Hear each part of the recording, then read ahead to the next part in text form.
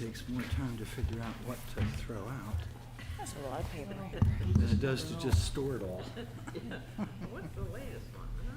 I've never seen a guy carry an entire filing cabinet around in his briefcase. It's just amazing. Admit it, I'm crazy, Ken, I'm crazy. Well, okay, now you admit it.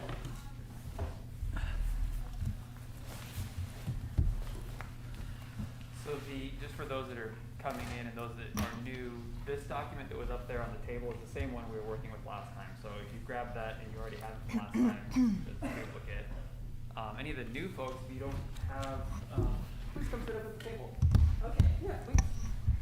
Super table. If you don't have the working copy, so this is a note that we received from a resident just now. But if you don't have the working copy we've been working off of, they were attached to all the meeting requests, but. I just have what was on the table. Okay, so you didn't have anything last time. So we can make a couple more copies then. I think there's one of those here. I don't think so. Those are from, you can get that one. That's from David. He wrote hand notes on there. Carol, you have yours from last time, or did you grab them? I have one here. Did somebody else need it? Is it an extra? Well, I didn't bring. You didn't bring yours one? Yeah. Okay. Okay, let me go make a couple more copies then of these, because there's, the one that has handwriting on it is not the steering committee one that we've been working on. This is from David. So maybe we get a clean copy of the residential and commercial versions that we've been working off of.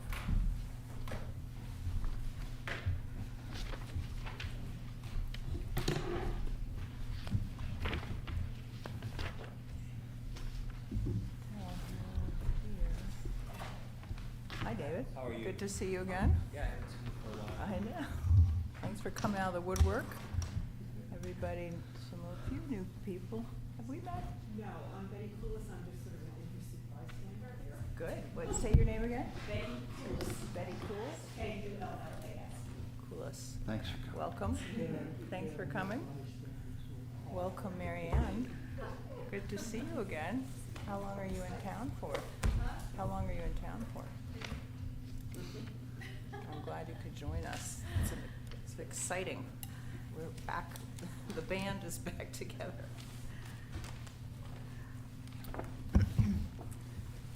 Okay, well, it's a little after 9. I don't want to start without Brandon, though.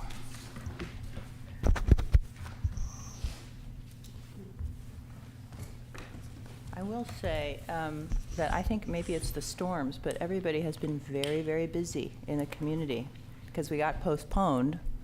So I have a whole stack of input. My mic is on.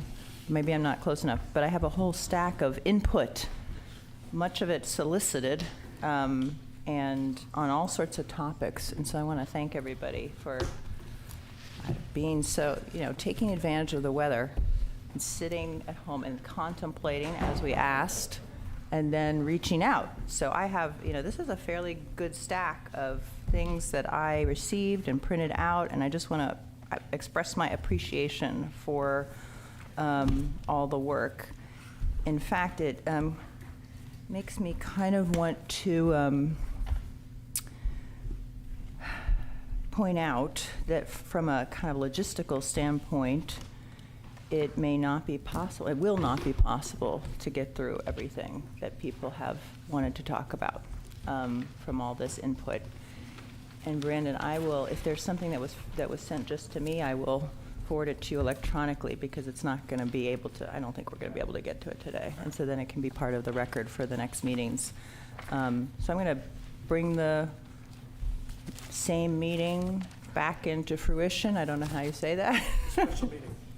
Oh, it's a special meeting. That's right. We did make a Brown Act adjustment to renotice this meeting. So I guess it is a. Thank you, Brandon. You're welcome. Yeah. It's just a naming convention, but we're all above board now. So. Okay, we're properly noticed and everything. We're constantly learning about the Brown Act and improving and honing our Brown Act skills. But I wanted to say we might just take a moment here at the beginning of the meeting, given what I just said about all the input, to think about when the next meeting should be while we're all here. especially the 5 of us. And that's, I don't want to put you on the spot, Marianne, but if there's any chance of having you again at a meeting live, certainly would like to schedule around that. So I know this is out of order a little bit, but if we could take a moment, at least the 5 of us, to look at our calendars, and presuming that we cannot get through all this input today, what would be a convenient time to meet coming up? And that's for you too, Brandon, of course. Let's see. So today is the 22nd. Suggestions? Talking to your mic, Doug. I can do Friday this week. I can do any day next week except Wednesday morning. Okay, that sounds very, So I'll throw it out there. I'm gone starting tomorrow until Yay, I for come you. back on Tuesday of next week. okay. Next week, I'm probably not going to be able to support a meeting just because I've got other things I'm working on budget, housing element stuff. So just bear in mind, we do have a community meeting coming up in April. So if Do we have a date for that yet, Brandon? I'm going to launch that out here in the next couple of days. It's going to be around mid-April, mid to late April. I've got a couple of dates I'm working with Sunset Center. So one thing for the committee to consider is, where's the line where, remember, we're going to be talking about the input we've received during the steering committee process over the last 4 meetings, going over the draft. Maybe some of this input we've received just moves forward with that. Maybe we don't have to respond to every single comment that's been received. So just in the interest of moving the process forward and getting to the larger community meeting, I'm just throwing that out there. But yeah, next week's going to be tough for me altogether. Yeah. So why don't we do this? Why don't we just tentatively look at our calendars, the 5 of us at least, and say, Brandon's back on Tuesday. I know he probably cannot support the meeting, but if we could figure out another way, if people want to meet next week, we could have an option for that. We could also have an option for the week after that. Well, Madam Chair, I Yeah. don't think the committee should be meeting without me. No, we would, not without staff, for Yeah. sure, for I sure. can't support a meeting next week. Right. Yeah. But I was just thinking maybe there's other staff members. No. Hey, Eric, welcome. Okay, so are you still around after next week? I'll be back for good, hopefully by the community meeting. Mm-hmm. And I frankly, it's very difficult to make that many half days out of my calendar Yes. anyway. Get her a So I mic, thought Doug. that Oh, oops. having all this input available and for all of us to be able to study it in our own time Mm-hmm. is a good way of going over the input that we received, Yes, for especially if sure. it is that much. I don't really know that do you feel that we have to discuss all the input in No, I a don't public think so. forum? No, I don't think we have to discuss it. I think what has come up, what we will see is that we haven't finished making a pass through the draft yet. We will hopefully finish that today. What I observe myself is that there's quite a bit of consensus, and then there are some spots that are actually very core content debates. Now, maybe those can be put to the very public meeting, the joint meeting, but I do think that is something that at some point will have to be agendized. So these are not little things, but kind of big conceptual matters about the downtown, about the residential everything. So I think there's a handful of things like that. And is your thinking that it would be better for the steering committee to do this before the community meeting, or would that make more sense after the community Well, meeting? now that I hear it's in mid-April, I think that's too long. That's my opinion. It looks like around the table. I don't know what you think, Don. Too long? Yeah. So we're kind of third week of March. If we're going to 3 weeks from now, I think that's too long. That's my opinion. Any other? Okay, I don't know. So let's look at the following week. So this is the week of the 22nd, and we're saying the next week after that is out. So the week after that would be the week of the 2nd, 3rd, 4th, 5th. Is that right? How are you guys looking for that week? I'm in Southern California Thursday and Friday. Thursday and Friday, so that's the 6th and the 7th. Dawn, how about you? You're clear, you think? How about you, Melanie? I think so. All right, so let me look at myself.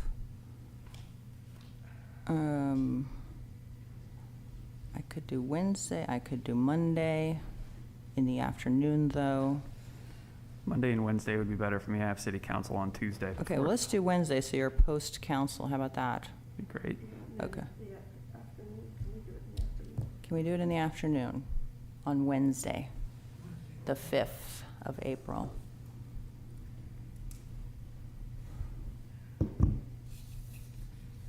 I see no objections to Wednesday, the 5th. Okay, so that's going to be our tentative working thing. So I wanted to get that out of the way from all this generous input that we didn't have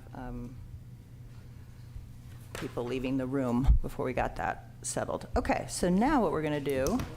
Yes. Afternoon, we said. So what time is that exactly? That's a good question. Do you want 1 to 4, says Melanie. Any objections? Or yeah, could we do by one just noon? Noon to 3? Going once? Noon to 3, Don? Anybody? Okay. All right. Who's going to bring lunch? I can, Or I can do 1 to 4 if that's. I can bring cookies. All right, so that behind us now, everybody who's been here probably knows where we're at. We are at the point where we had gone through a very nice page-by-page discussion of the residential, condensed version of the residential guidelines through the 5th principle. We got through the 5th principle. So now we can take up the 6th principle and the commercial guidelines. I have one other formatting question for the crowd. Does anyone here have to leave early and want to change that order at all? I'm offering that if I think it's most logical to get through the residential. Public comment, Yes, please. Victoria? Go Grab a ahead. mic. Grab a mic. We have a Neil. mic? Get that mobile mic. Might need to turn it on, Ian. I wasn't addressing your question, which I think you want to answer first, which is There you go. the agenda for today. Yes? Test. There you go. Will there be public comment at some point today? This is a workshop format, so it's the same kind of So open at any discussion. point? Okay. So for now, you want to chime in with something right now? Go ahead. Open public comment? Sure. Okay.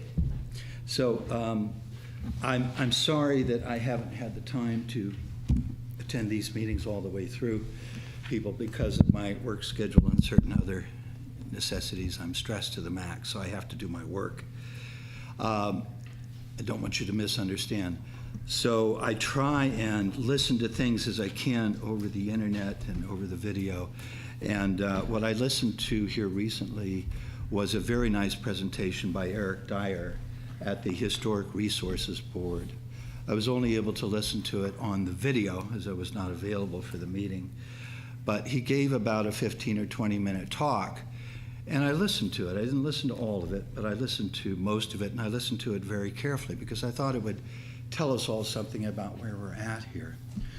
And one of the points that Eric Dyer made was he said that he felt that the 6 points of the Design Traditions Steering Committee meeting at this point are not specific to any styles.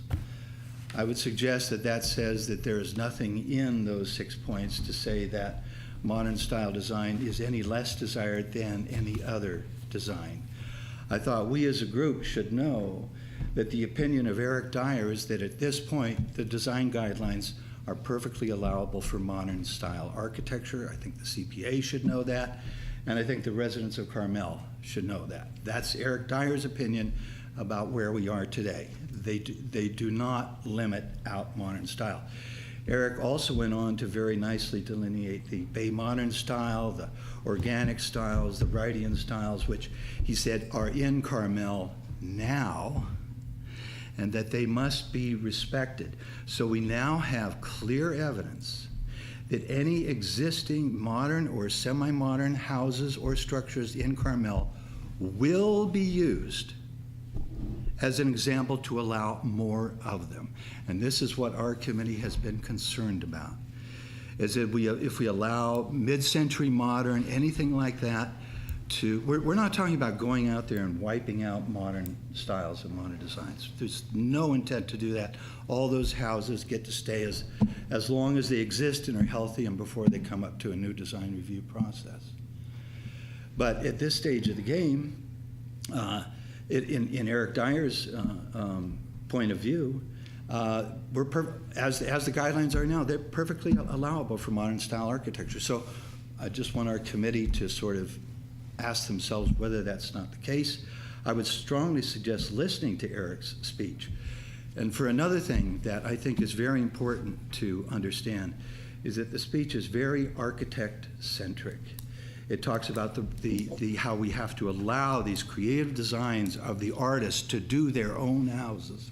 It is not dwelling-centric. It is not inhabitant-centric. It is not resident-centric. It is architect-centric. We have to allow the architects their creative expression. I ask you, is Carmel a palette for architects to experiment with their dreams? Is that what we are? Then I move forward from there, and I suggest that the issue that I see at this stage of the game is that we have not achieved, that the CPA has not achieved its goals of saying that zero modern style architecture is what we wish for the village of Carmel. Not based on our desires, but based on a year and a half of sitting out there at farmers market every month. Just last week, 34 signatures. And only about 6 of those we actually solicited. The rest were tourists and residents that came up, read it, and signed. Okay. I'd like to suggest, you guys, get a table out at farmers market with us. You can do it. You can do it at the same time that we do it. You can do it right next to us. I'll set it up for you. And then you can bring in the people who want modern architecture in Carmel. Our point is we represent the residents of Carmel. We think that we still do. We think that what we're saying and what we're doing here is what they want us to do and say because they tell us that. They write us letters. They write us, thank you for representing us. And so at this, I mean, what's the mystery here, you guys? You can get on the internet and do searches on the popular perception of modern architecture. This is no secret, okay? And so at this point, I'm wondering what do we do since the CPA clearly has not achieved its goals? What do we do from this point forward? And it has occurred to me that there was a discussion about, well, maybe we need to do a paragraph so that we can talk about which kinds of early modern architecture, this is about 2-3 meetings ago, talk about which kind of early modern architecture would be allowable in Carmel. I'd like to suggest another use for that paragraph, that we talk about the very problem and issue that we have in Carmel, that we discuss the enormous response. 800 signatures. You guys, how many signatures do you have? We have to say this. It has to be represented in the design guidelines or the public is not going to accept them. That's my opinion, and I'll stop there. My turn. Wait. Hold on,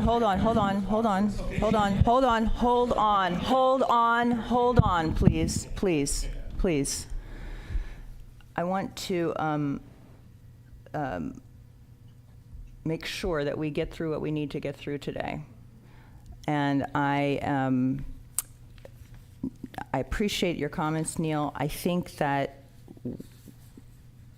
I would like these meetings to take a concept and move it forward. If we find ourselves in a position that we need to repeat a conversation over and over again, then you're right, it has not been effective.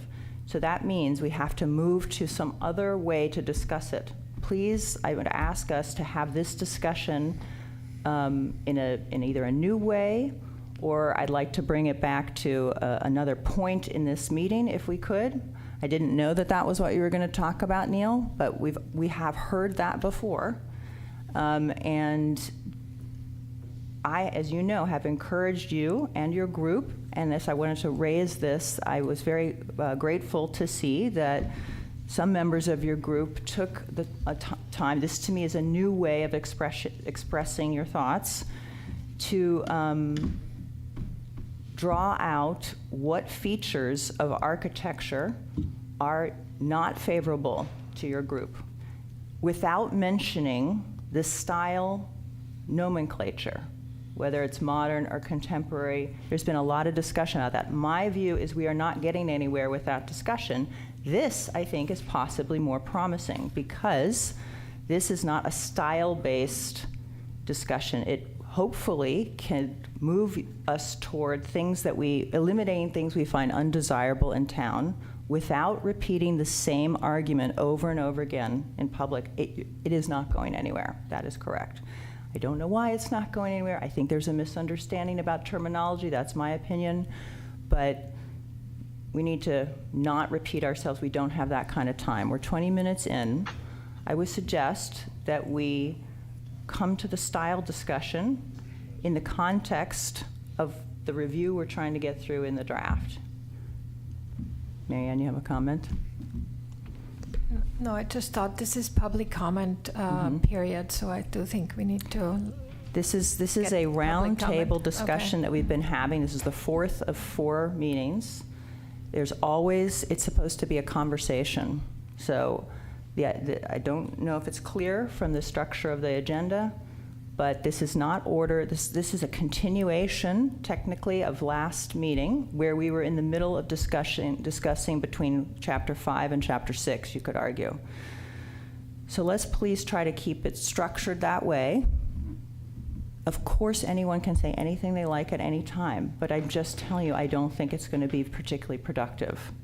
We're not going to get through what we wanted to get through today. I agree we should keep it short, but I'm kind of curious about Eric's opinion on what Eric's. All right. Sorry, I was a little, yeah. I was a All little, right, I'm overruled. I was a little bit. Go ahead, Eric. I'm sorry? Go ahead, Eric. Okay, yeah, I was a little bit called out on that, obviously. And I wouldn't describe what I said yesterday or Monday at the HRB as a speech. It was just going through the document that we were presented, and I thought we had made some progress on getting to some consensus about where we could bring that. My comments about, you mentioned the architect-centric view. I was simply stating part of the tradition of Carmel is having these artistic artists in town build these very eccentric, idiosyncratic, beautiful homes that are part of the tradition. And I said also that any new homes or modern homes or whatever style they are should still meet the guidelines. It's not saying that it's whether it's dwelling centered or architect centered. It's about meeting something that fits well in the context of Carmel. And I was simply stating that was part of the tradition of Carmel.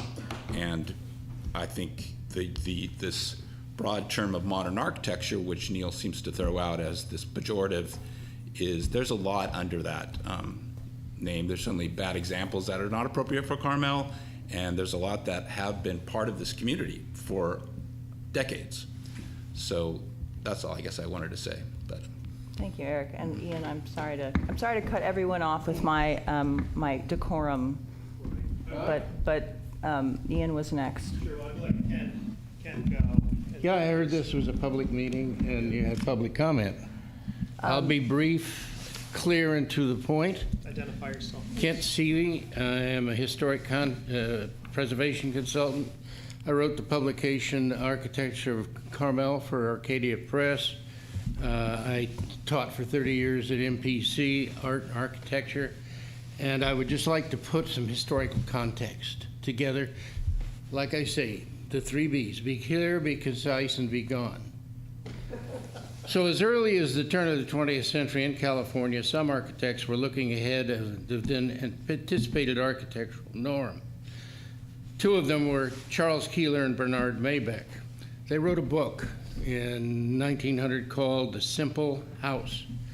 The idea was to glorify materials, not to hide them always, as if in shame, under plaster and paint. His ornament was found in structural emphasis. The timber was exposed. The strength and character of the construction made the design. That whole Berkeley school of the Hillside Club that was developed by 1910 further defined certain lines. Low houses with broad lanais having plenty of yard space. trying to get people out of doors, interested in gardens, close to nature. Sound like Carmel? California provided a unique climate for architectural innovation, creating optimum conditions, both in the north and the south, for individual expression and artistic experimentation. The essence of personal freedom has always been one of California's major cultural concepts, especially in Carmel-by-the-Sea. Pauline Schindler, editor of the Carmelite newspaper, brought Richard Neutra to Carmel in 1928 with a lecture, an interpretation of modernism and its expression in architecture, an affirmation, an optimistic estimate of modern American civilization and architecture. Said Neutra, building and city planning should not be concerned solely with superficial decoration and ornamental beautification. Changing social and economic forces modify our manner of living. Neutra in 40 for the Herald in Monterey. The hope of a place is in preserving what is old and making sure that the new and old are in relation to each other. The old is not more important than the new, for no community is a moment in history, but a picture developing over the years, combining the feeling and expression of many generations.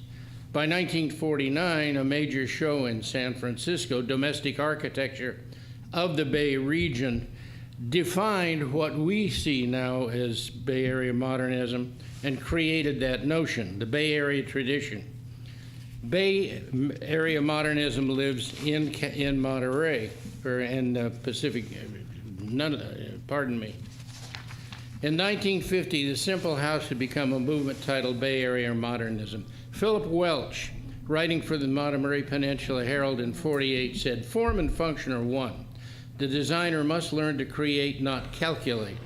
The designer must consider the utilization of space in relation to the psychological effect desired. Today, architecture is a life in space, not a retreat from space that the mood of our past buildings have expressed." A little later on in 50, Robert Stevenson's wife, Dorothy, wrote this for Game and Gossip. "The modern note was introduced in Carmel, but not without cries of anguish. However, and certainly the trade, meaning architects and designers themselves, are preponderantly in favor of the modern. Regardless of opinion, the modern is here and probably to stay. A number of fine modern architects and designers have worked and are still working in the Carmel area. The aesthetic threads connecting them to their predecessors include independence and creativity in working with form and materials, knowledge of the lessons past. Curiosity about the possibilities of new and different technologies and a profound respect for the environment, its design traditions, have been interpreted and modified by noted architects, building designers, and craftsmen. Individual expression continues as an aesthetic theme." And then I briefly like to finish up by reading from the Carmel Residents Association News for April of 2015.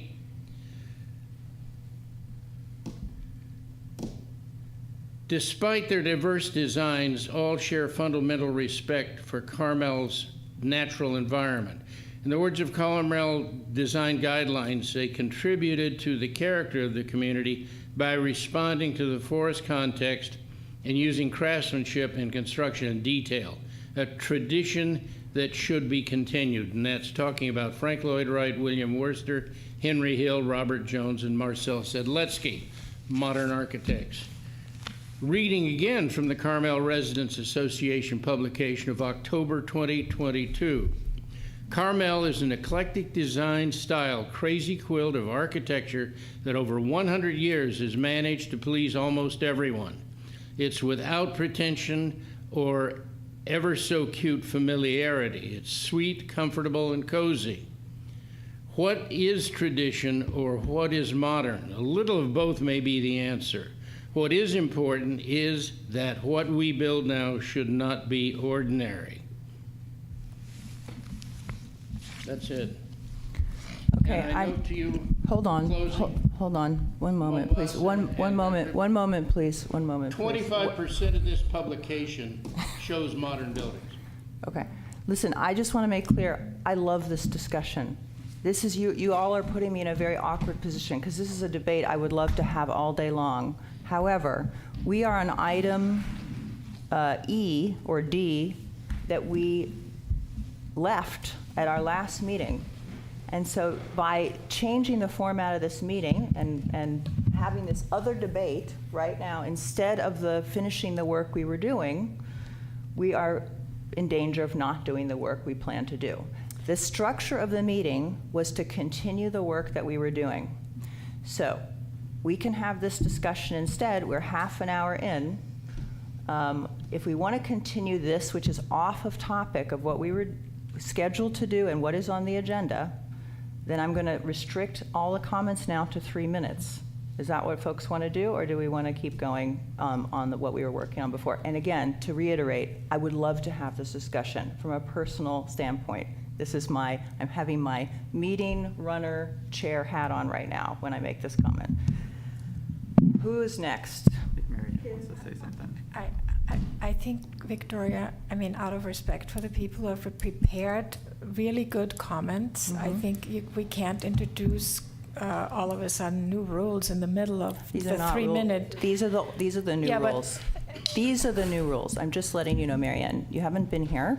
We have been doing. Yeah, but why did we not say in the beginning, before public comments, that everybody gets 3 minutes? There is no public comment on this. This is a discussion. The super table format is a discussion that we were continuing over 3 meetings. Now the 4th meeting.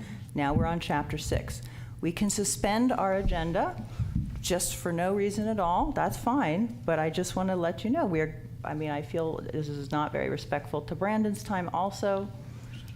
Because this meeting is supported by the staff, and we have to get through the agenda that we set 3 meetings ago. Ken? So either we have or we Give him don't Mike have. first. I respect the 3 minute. By the way, point 3Bs of public speaking are be organized, be brief, and be seated.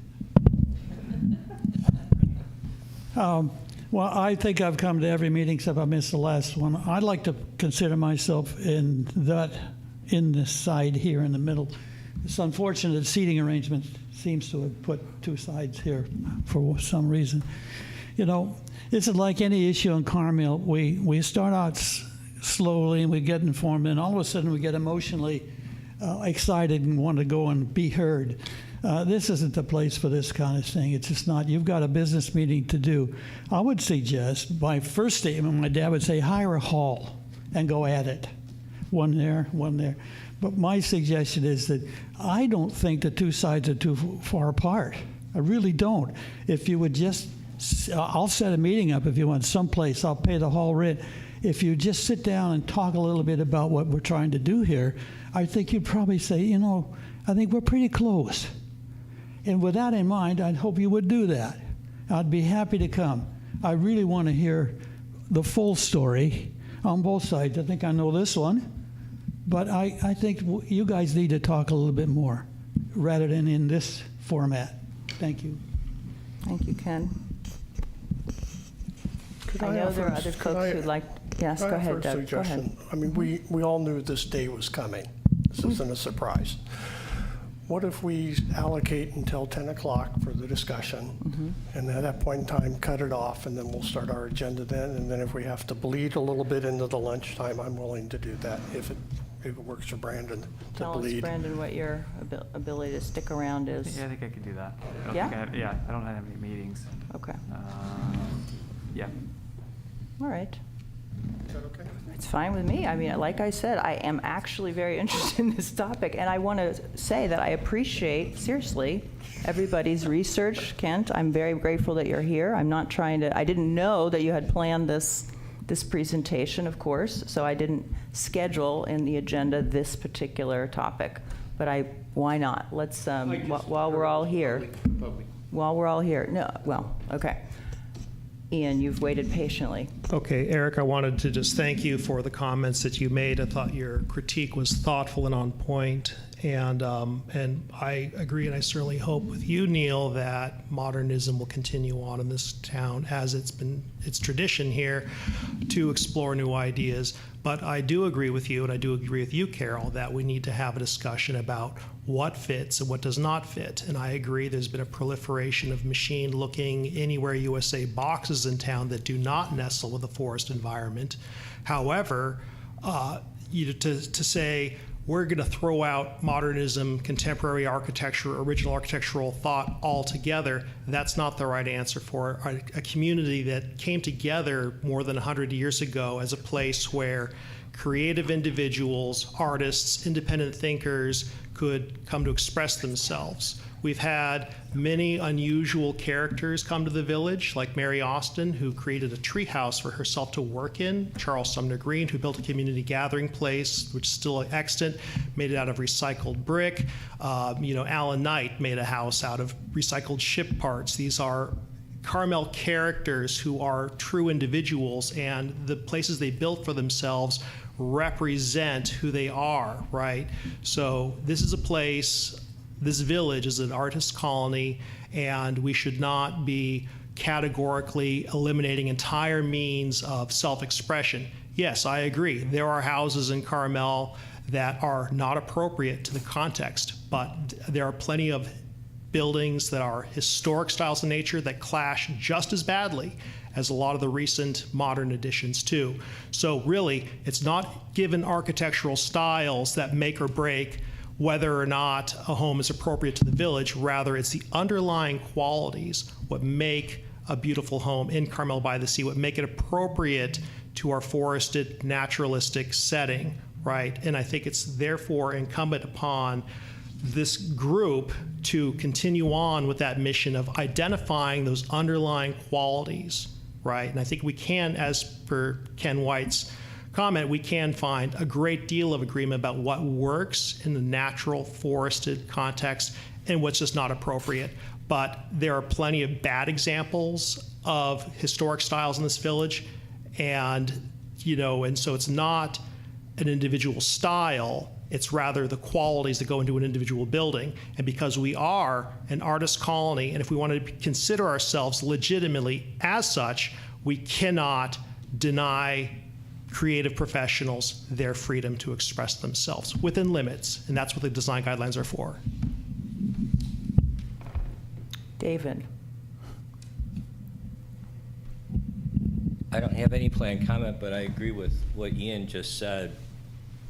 I look at the role that Carmel and Monterey area has played in the development of Bay Area modernism, and I think about how I spent the first 10 years of my life in east side of Detroit, and no slam to Carmel and our English revival, but man, we've got English revival that'll put you to shame.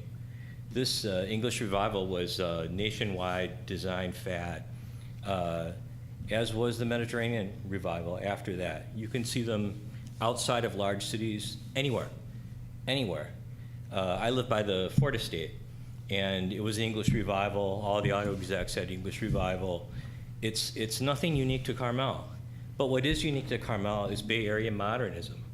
Those actually are the free-thinking artists that we like to brag about, living here and expressing themselves. And they came here because they don't want people telling them what to do. They didn't come here to have a bunch of rules. So we're gonna try to create a bunch of rules that tell people how to limit freedom of expression when we have a town that exemplifies freedom of expression.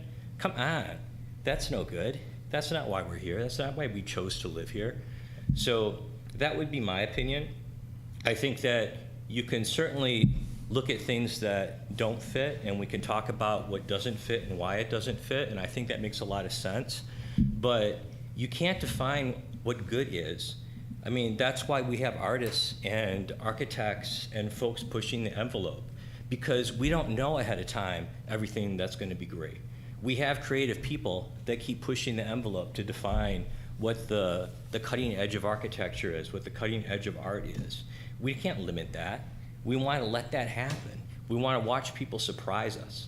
So my feeling is we don't want to do anything that would curtail that. Our heritage is creative thinking, creative design. We have many examples of that. We have it on our historic resources. We're proud of it. You know, get a glass of wine into someone, they'll talk about the artists and the free thinkers of Carmel. So we need to continue that. That would be my opinion. Thanks. Thank you, David. And I just want to pause for a second and note that there's somebody has their hand up on the Zoom.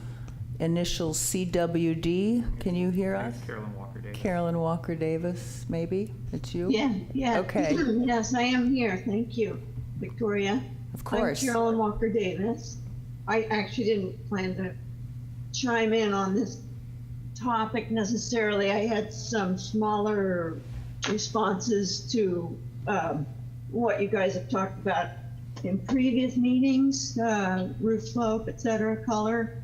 But I will say that now that we're talking about this, I grew up, born and raised in Carmel.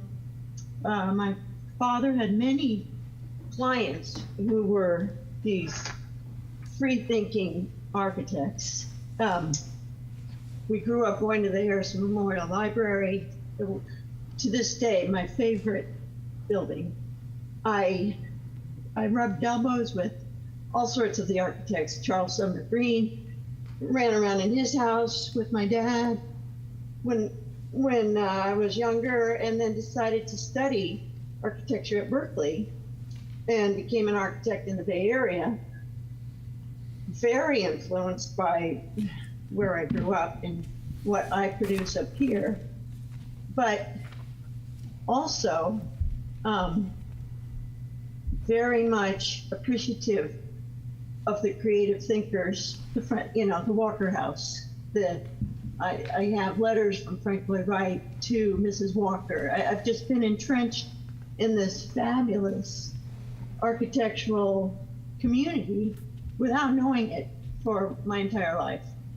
And I appreciate all sorts of architecture if it's designed well.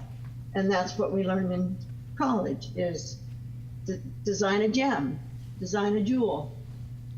Do not design a house that would look good in Fresno or in not to pick on Fresno, but in a subdivision.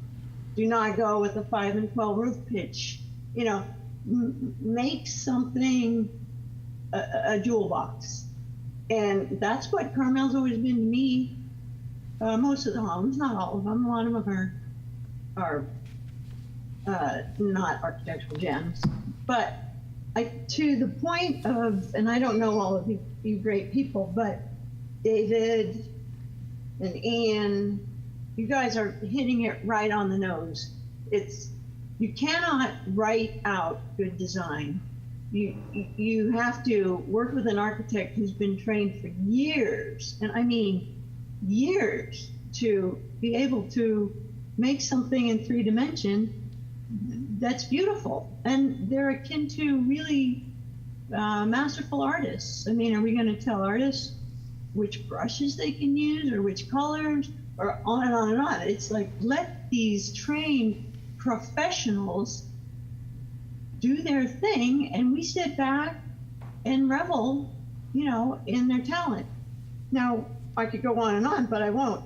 I just want to say, with all this talk, and I have been listening in as I am able, with all this talk and all the verbiage that we're trying to come up with to sum this up, the one thing, and I know this is not in the category of this design group, but I will say it since we have so many people here. The one thing that stood out to me, having designed up here in the Bay Area for years, is the allowable 45% floor area ratio. I know that's in a different zoning category. However, I will say this in parting: anything that's designed looks better when it's 15% smaller. And we work to a 30% floor area allowable up here on small lots and big lots. But it looks better when it's shrunk, particularly in Carmel, with the little hamlet community that we have. Everything, no matter what style, looks better a little bit smaller. So I would punt that into these, you know, you guys are doing a fabulous job, all of you, everyone there today at that table, of caring about what Carmel looks like and where we go from here. And that's one of my, no matter how many things we say about style, this and that, modern, this and that, it looks better when it's a little bit smaller. So I would put that into the pot as we're all talking about these issues. Thank you. Thank you very much. Carolyn, is there anyone else in the Zoom room? I just want to invite you, if you're watching our new. Hi, this is Stephen Engblom. Thank you for the comments. I would side on the idea about finding the common ground, because I think I expressed this last meeting that, to avoid the prescriptive use of the word styles, because even if you tried to come up with all the historic styles that are allowed or favored, it would be a very hard task to do. So I would side on the idea of avoiding the specific decreeing of not allowing modern, and instead using rules that describe the kind of creativity that Carmel is famous for. And I really appreciate some of the historic perspective that we got today. Thanks. Thank you, Stephen. Anyone else there in the Zoom room? Sometimes I don't turn my head enough over to the screen, so I just want to take a moment to tease out any interest in the Zoom room. Okay. Hi, Victoria. This is hi. Cindy. Hi, Cindy. Hi there. I'm a little late to the table, but I caught Carolyn Walker-Davis's comments. I also want to echo how much I appreciate what you are doing for Carmel. And I want to just say, I thought Carolyn's comments were exceedingly good. I liked her idea of Carmel being a hamlet and smaller is better. I don't know if you can sell it, but at any rate, thanks very much, and I'll just leave it at that. Thank you, Cindy. You're welcome. Anyone else out there on the screen? Back here, Carol?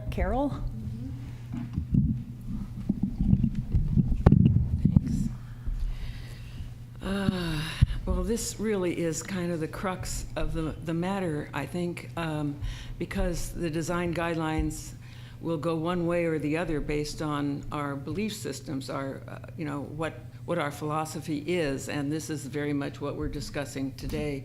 I feel a tremendous responsibility to represent what I believe is 75 to 80% of not only visitors to Carmel, but residents of Carmel that want the traditional styles to remain. Unfortunately, when you build a modern house, it typically replaces a cottage.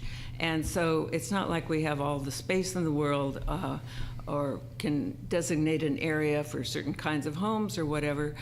We are replacing daily our cottages with the modern style, however you want to call it, industrial look, commercial look, types of homes, whether they're high quality or not high quality. I don't know, how much that makes a difference, because a lot of homes have passed on the fact that they are Carmel stone and wood, and that's kind of gives them a plus, a positive response. Freedom of expression, America is kind of built on freedom of expression and artistic expression. The fact is that any place worth visiting has a lot of restrictions on what someone can do. And you go to places that are beautiful, such as Carmel has been and is becoming not. You see a consistency of feeling of the village that people really appreciate and flock to, and we are losing that. We are clearly losing that. I think there's lots of ways to express yourself artistically with traditional style buildings, however we want to call it, whether we want to go by characteristics, which is probably the best way to do it, rather than traditional versus modern. But I think that freedom of expression is, would you like a destructionist home right next to you that is freedom of expression? No, you probably wouldn't. So we have to define. That's why we have design guidelines. So I think those are the points I want to make right now. Thank you. Thank you, Carol. I'm not sure, Neil.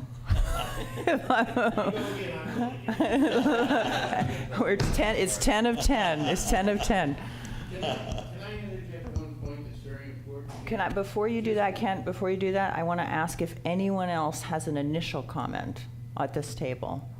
Maybe Mary Ann, for example, on this topic. Yeah, I'm trying to wrangle for what you have suggested, a new way of saying things, not saying the same thing all over again. Because it clearly hasn't led to any solutions, right?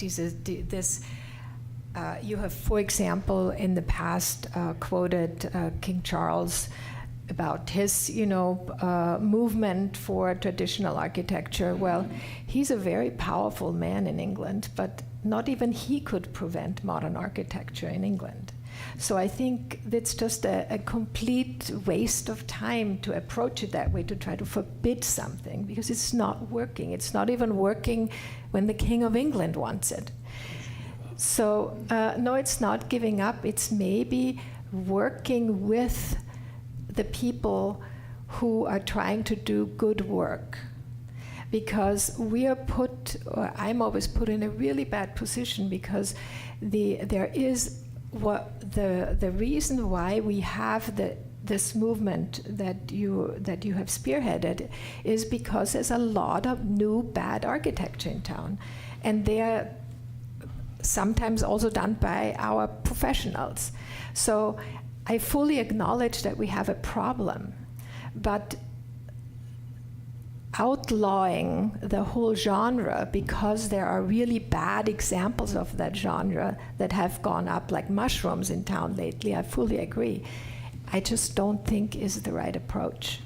And if there would be some openness from your side to talk about whether there are good examples of contemporary work that may bring us a little step forward.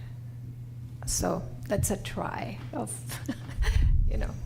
making a headway on this discussion. And again, before anyone speaks again, I'm going to ask the table for the shy ones among us who have not yet spoken, maybe at the end of the table, for example. I'm looking at the end of the table. I'm Sherry Williams. Sherry, have a mic there. I'm Sherry Williams. I've lived here now 7 years, and my husband and I chose to live here because of the cottages. We wanted a cottage house. We bought books on cottages and researched, and we fell in love with this community in about 1972, and then bought property here in 97. And we continue to cherish and love the traditional hamlet, village in the forest, gingerbread house, unusual, quirky houses. That's what we like, and that's what most people that I talk to. I'm a member of the CRA board, and I work at the farmers market one day a month representing CRA. And both visitors and locals tell us that is the very thing that they cherish and love about this community. And so when I see a couple of places go up, Santa Lucia and can't think of the cross street, but there's one house that looks like it has dumpster dive roofs on it. Yep. And I also call it the Lego house because it reminds me of Legos, a mixture of colors and designs, and it just doesn't fit. It bothers your eyes because it doesn't blend in with the surroundings. And then there's a new one across the street and up a little bit, Santa Lucia and something, and it's like half done now, and it's like glass boxes. And it has no aesthetic quality, in my opinion, at all. So those two extremes are the two houses that really bother me in this community because of those things that we brought up in this committee. Doesn't fit in, sticks out, that kind of thing. But the majority of houses that are new I see as okay. And there's an old one that Jock, and I can't think of his mother's name, built on Mission, I believe it is. And it's a lovely, modern-looking glass and beautiful wood house, but it blends in. And next door to it is a brand-new gingerbread house that was created with a totally original gingerbread look as a modern house. So I think that it's just about, as Marianne said, it's about the quantity. You don't want the houses that stick out and don't conform with the environment to take over the community. So I would just, advise people to keep that in mind so that we don't destroy what people come here for. They want the quaint village, traditional looking atmosphere. Thank you. Thank you You're very very much. welcome. There's only one person from the public who has not spoken yet. Do you want to? You're here for the ride. I'm here. Somewhat as a curiosity, because my name is Betty Coulis, and I live on Monteverde Street. We've been here about 14 years now. And the thing that got my attention was the article in the Pinecone a number of weeks ago that the new group, and I'm assuming that's you folks, were proposing that they interject themselves into the whole planning process. And I thought, we have a historic committee, we have a planning process. Do we need a third group, superimposing themselves? So that kind of got my ire up, because I believe, much as some of these folks have said, that the whole purpose of Carmel was to provide a place for free expression.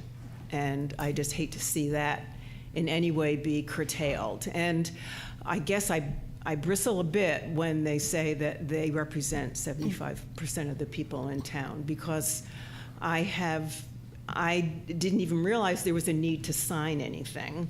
I go to the farmer's market, I never go down that end apparently to sign people's petitions, but in where I live and the people on my block, no one really feels that we need another group, and that they represent us, because they don't represent how I feel about where Carmel should go. So maybe they have 800 signatures, but maybe there's a better way to get that out to people, that they should be signing a petition one way or the other. I don't know. I'm just. Thank you, Betty, for coming and expressing yourself. Now, Kent, you get a second bite. Closing remark. Okay. Remember that Carmel-by-the-Sea is an idea surrounded by a county. The county is in our purview. Half the stuff we're talking about is in the county, and you can't do a damn thing about it.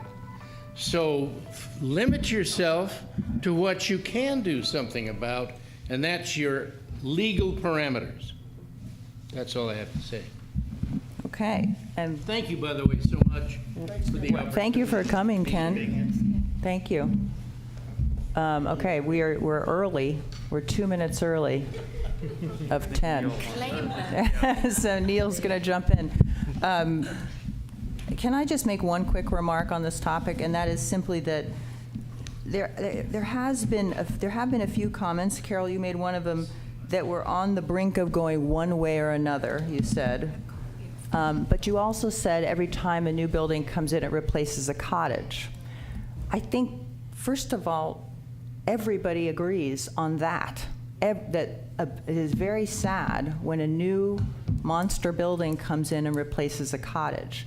So I just want to point out that, to me anyway, about 95% of what we've been talking about is more along those lines of what you said. It is so sad that people want to come in and replace a cottage, and we are trying to make sure that doesn't happen through this process.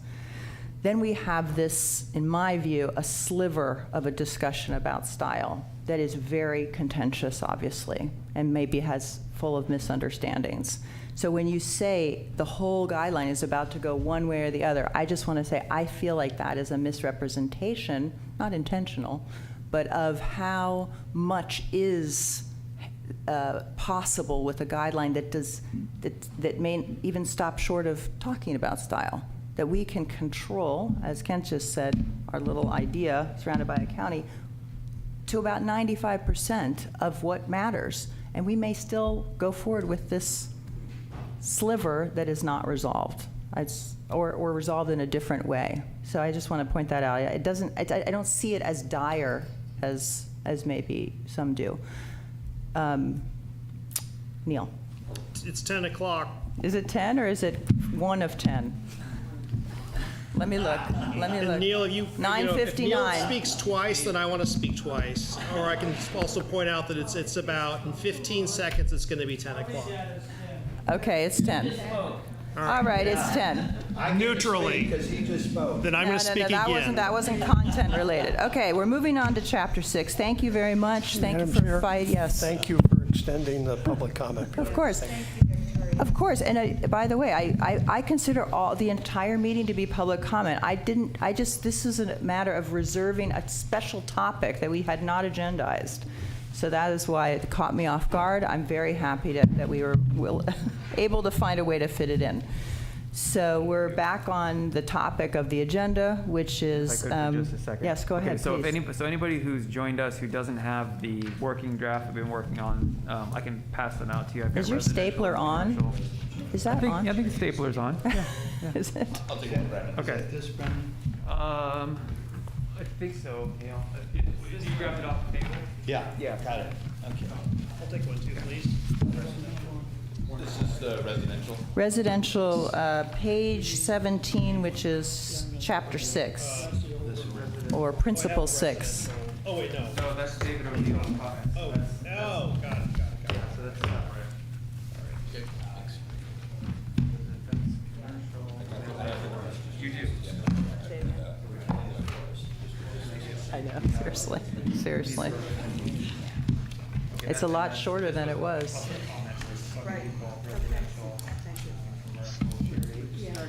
Oh, okay. So Marianne, do you have this? Okay. Good. Page 17, chapter 6. You had more than your share. Yeah, this is the draft we've been working from, the very short version. Papers we give you every time. Let's get you a new one. Might be right over there. You got what you need.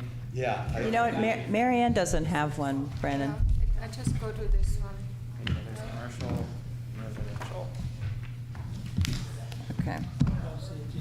This is what the version that Victoria took out of that and sort of Out has of been doing this? some reorganizing, out of our first draft. Okay. And has reorganized it under the different guidelines, just Yeah, for I the see. conversation about how they fit in there. Yeah. So, what we've been, just to recap, Carolyn at the, on Zoom has a quick comment. Is it about chapter 6, Carolyn? Well, no, but it was about 5.3.5 because I couldn't make the last meeting and I wanted to chime in just very quickly. Okay, go ahead. Okay. My opinion on putting 4 and 12 to 6 and 12 preferred roof slopes. Yes. I think I would just like to say that if you take that out, it would be very helpful to designers and architects. You might be happy to hear that we took it out in the meeting that you were not present for, Oh, Carolyn. okay. It is crossed Okay. out, so thank you. Thank you. Okay, All right, perfect. great, thanks. Okay. So to recap for folks who haven't been here, which might include Marianne, I guess, when we received the guidelines in February 9th, it was a very large document, and a number of us had trouble getting through it to make content or any kind of comments on it. So there was an exercise where, because this group had worked so hard on the 6 principles, where we took the original February 9th draft and reorganized it under those 6 principles. When we did that, I did that on my computer without changing a single word in the February 9th draft. We found that many statements were repeated, and when you put them all next to each other, that might have been one of the explanations why it was so long. So then we went through a pass and just removed any redundancies and contradictions and took out awkward grammar and things like that. And the thing just naturally got much shorter and easier to digest. And that is the draft we've been working from. This particular version of it is the one, you can always tell by looking at the banner at the bottom, it says brevity and input. So because this version came out at part 3 of our 4-part meeting, it already incorporates some of the community comments. It's always in italics if it's something that's conceptually new. And this has not been updated. That's right. Okay. Yeah, so Then I misunderstood. yeah, so what, and I think, I don't think you mentioned this, but the iteration was, Victoria took the draft prepared by Nora Winter from February 9th and then didn't change anything, reorganized it under guidelines. But then when you put this out the first time, you added some stuff too, and that was in italics, or edited things, and then incorporated that. But the whole point of this is that this is a way to go through in a different organizational fashion and get thoughts and comments on it. This is still the draft, the February 9th. It's still the city draft. And we're going to take that to the community meeting. That's the draft that's moving forward. This is an exercise so we can understand like where there's maybe some things that can be edited, because we still have to have the conversation. Does this work as an actual functional set of guidelines anymore? Because now there isn't a windows section, there isn't a fence and landscaping section. It's all kind of put throughout the different guiding principle topics. So this was set up as sort of a thought exercise. So, and it has proven to be much easier to get through. So we have been clipping along at every meeting and getting through a couple chapters. And today, now that we're starting the meeting fresh at 10-ish, we're going to get through 6 and commercial guidelines if we're lucky. And the whole commercial guidelines. Yes. So we're going to move it along. So let's talk about page 17. Does anyone want to just... Any comments? I, as you know, as your scribe on this, have been taking notes on every page when people make comments, and then that's how we got. Am I in the wrong spot? 19? Or am I looking at an old version now? No, I'm looking at the wrong one. Sorry. Okay. Keep going. Sorry. Okay. So first, so we're under detail every property authentically and consistently, which is on page 17. I don't see anybody in the Zoom room. Maybe nobody has any comments on 17. Doug? I think at the last meeting, Did we get through this page? Sorry, go ahead. well, at the last meeting, we touched upon man-made materials. Yes. Because Brandon brought out a faux roof. Right. It was very nice. And so are we going to discuss that now, or do you want to put that aside as we have put others that may be more contentious for discussion and try and get through this? So we did get to have a discussion because in the historic context chapter, which is 4, we did talk about the faux materials. It recurs here in terms of how you detail with materials, but it doesn't really introduce the concept here anymore. So I consider that discussed at some level, but how you use the materials would be a topic here. Anyone have any thoughts on page 17, if they've gotten to look at it? Yes, Carol. Well, Carol. 6.1.4, thank you. Mm-hmm. I wondered, it says without texture, mottling, antiqued, or other faux finishes. And I was looking around town, and there are some really lovely buildings that have antiqued or faux finishes, and I'm wondering, or mottling. I'm wondering why we have that in there. So that is part of, I will tell you, when I got around to the condensing of the commercial district, there were things that were in the commercial district guideline in the February 9th draft that for some reason weren't consistent across the city, that seemed to me didn't have anything to do with whether it was commercial or residential. This was one of those things. This is, if you see here in 6.1.4, some of it is italicized. So modeling is from the commercial district. That was something that was called out as not preferred in the commercial district. But it is, in general, your question is, what about faux finishes? So I think that's a good topic for discussion. Do people have views on faux finishes and what makes maybe there's a good faux finish and a bad faux finish? Ian. I think that, once again, our community would do well to adhere to the principles of the arts and crafts movement, which is really kind of a cornerstone of the village that I hope we can all agree upon. So back when the village was founded, the town was obsessed with the arts and crafts movement. I think that we would do well to continue, honoring those principles, and certainly chief among them is authenticity of materials, right? You don't pretend, to make a material something that is not, right? So you allow wood to be wood, stone to be stone. You don't cover it up.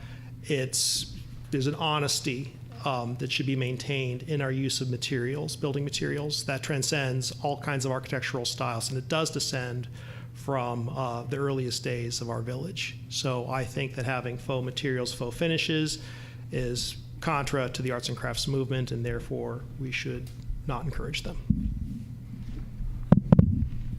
Well, once again, Ian, we disagree, not about wood and stone, but about plaster finishes, stucco finishes. I think that sometimes, for instance, I had a house on Pescadero that I had painted, it looked terrible. I had it faux finished, it looked wonderful. And it was all stucco. So I think it depends on the house, depends on the project you're talking about. And I'd like to have it more a decision point on that particular project than just across the board, not okay. So how are we defining a faux finish? So Carol, when you redid Grab the mic, Ian. So Carol, when you had your house treated with a faux finish, did it imitate stone? Did it imitate brick, or was it texture? All right, so basically, that's not a faux finish then. That's texture. That's you're taking a genuine material, plaster, or stucco. You're giving it a texture, but you're not making it look like something that it's not, right? No, it was a matter of colors. It was a matter of blotting it very subtly with a slightly deeper tone to give it more depth. That does not sound like a faux finish to me. That's just painting, I think, right? So so I think we agree there, because you're not making it look like brick when it's really not brick. You're not making it, like sometimes you have these god-awful things that look like stamped stone. That's what you mean by faux Yeah, finish. yeah. So here again, we agree. But it was modeling. It was modeling. I told you, talk. But it may be that this wording needs to be altered, and that we need to think about it for the commercial district as well, since this is, a combination of commercial and residential. This says uniform matte varnish, stain, or paint without texture, modeling, antiqued, or other faux finishes. The way that grammatically reads is that you could take it to mean any of those things that are faux finishes we cannot do. Or you could take it to mean any texture, any modeling, any antiqued. That's what I took it. Right. So I think that we probably need some clarity there. Marianne, what were you going to say? I have to look up the definition of modeling.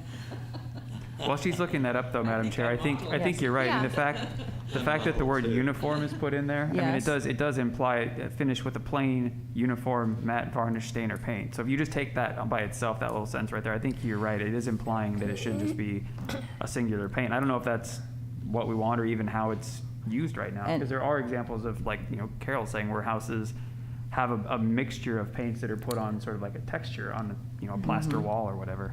And that is the definition of modeling as I reread it here.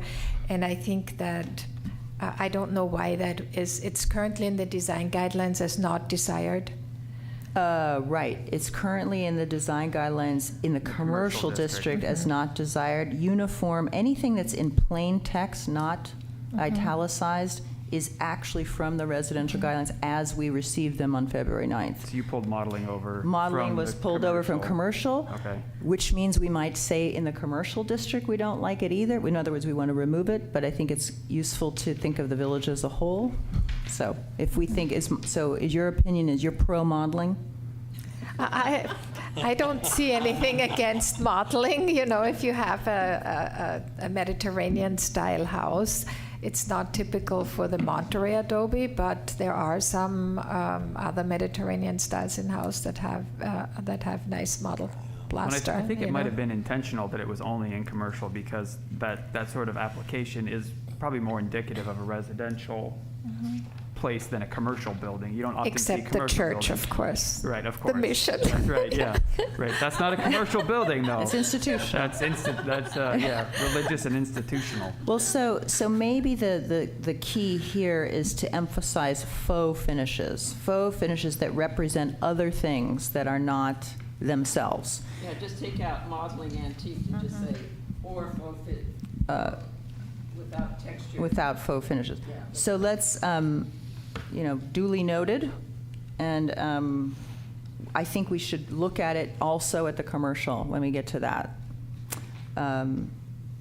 Anything else on this page? I have more of a question. David? On 6.1.2. So one of the areas where I think especially the English Revival houses get knocked a lot is because we have a number of them where people just paste on things to the side to make it look like fake beams and whatever, but it has just like no basis in reality. Like if you looked at, it doesn't even look like a fake beam. I saw the other day an ADU, done with the new California laws that looked all Tutory, but it ends up just looking like a concession stand, at a Renaissance fair or something where you buy yeoman burgers and castle fries. Turkey leg. Yeah. So, but it's because it's not because the style was trying to be Tutory. It's because they just don't pull it off, right? Like you can't just take some plywood or something and paint it in a contrasting color and stick it to the side and say that's a beam. It doesn't look authentic. And we have many houses in town where clearly people just did that. They stuck stuff on, just like when people put fake hood scoops on a car or something to try to make it look like something. But you can glance at it and say, that doesn't look realistic at all. It would never be that way in reality. So I'm not saying that we should have must be, exactly like it is in England, police for every style or whatever. But I feel like that is what makes some houses look kitschy versus other houses look charming when they go after a specific style. And I'm wondering if that was the intent of section 6.1.2. And also look at 6.1.5. Yeah, and there's So- earlier too, actually. So that's what you're talking about is these tacked on structural elements. Use details that are or appear to be true structural elements. So maybe it's something needs to be clarified there to to guard against what you're talking about, that there is a tendency to glue on fake structure. You understand what my intent would be. I'm not sure when I read these, I have to ask the question, is that what this is saying? It is what it is saying. And if others read that and clearly understand that, then that's great. But it wasn't clear to me if that's what we were saying or not. Do you think there's something that could be said that would make it very clear to you? I think it needs to be, I think if you're going to go for a specific style, you need to be authentic to that style.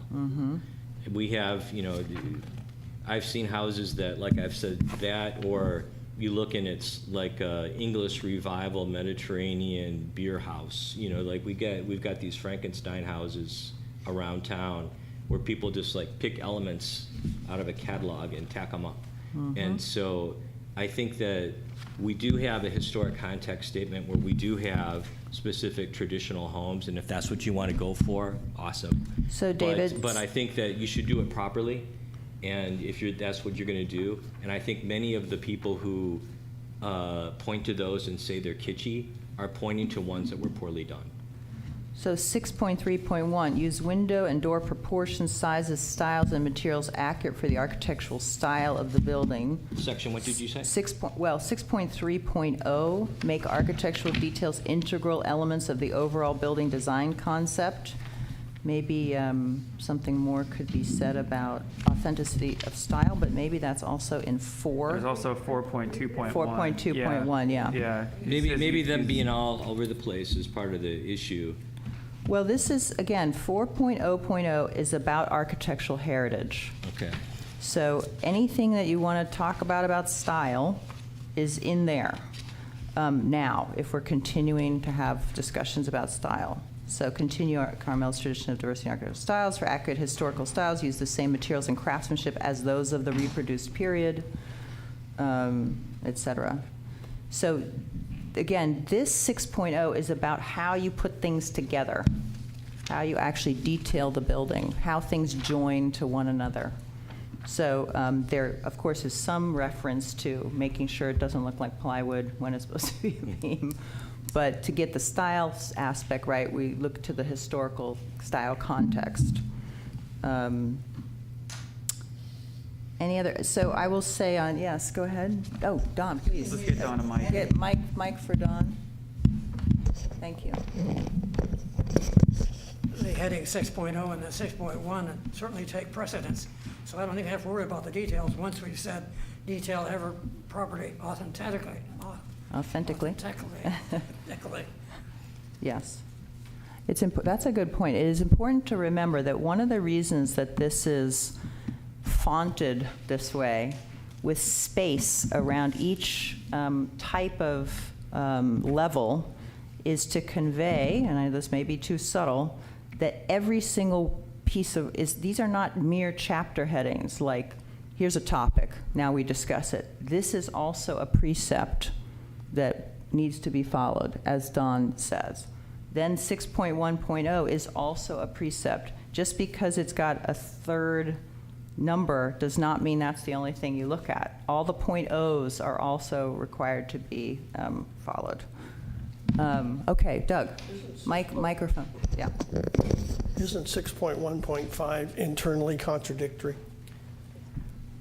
Use details that Says are... use materials that are true structural elements, and then it inserts as appear to be. Mm-hmm, mm-hmm. It would be awesome if they were real true structural elements. That's never been in there as a requirement. That would be a step up in caliber and quality. How do people feel about that? So I think, for example, from our perspective, when we're analyzing a project, that is, if you look at it, if the way that it's constructed, there's ways you can do those elements and they look structural. Like the example that someone gave earlier about slapping a piece of plywood on the side and calling it a beam as part of like a Tudor style. That's obviously not. You could tell that from a mile away. So I think this has been in there over the time because you can't always make it structural completely. So, but it's something that if the group wanted to explore taking that out of there and just making it always has to be structural. And that would be a way to go as well. I think the cost of doing that these days would be somewhat prohibitive. Like a beam that is curved, such as I have in my ADU, looks real, but it isn't, and it would cost a whole tree in order to do that otherwise, because you would have to have the whole tree as one element. So there are things, and especially also Tudor, you can make it look good, as David says, or you can make it look tacked on. So I think we have to give some leeway in terms of practicality in our building, and that's kind of what this states. It would be lovely if it was all authentic, but... This is a nod to practicality, yes. Ian. But I think that part of why we all want to be, architectural preservationists is because back when Comstock was doing truly half-timbered buildings, that was actually how the buildings were constructed, and why we value in part the Comstocks, or what Edward Custer did with the Golden Bow, and he introduced that Tudor style into the village. Part of the reason why we cherish it is because it is authentic. because they don't build like stuff like that today anymore.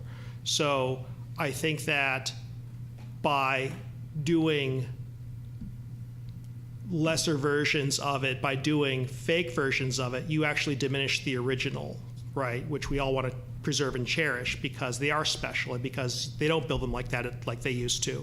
It's like when you think of the Concorde Elegance, those cars that win are, it's an occasion when you see them because they're unique, they're special. But when you think of the car that wins, if you see like endless replicas of it all over the town, the occasion of encountering the real deal is much diminished. Just like if we do endless reproductions of Comstocks because we have affordable shortcuts, it diminishes the sense of occasion when you encounter the true authentic article.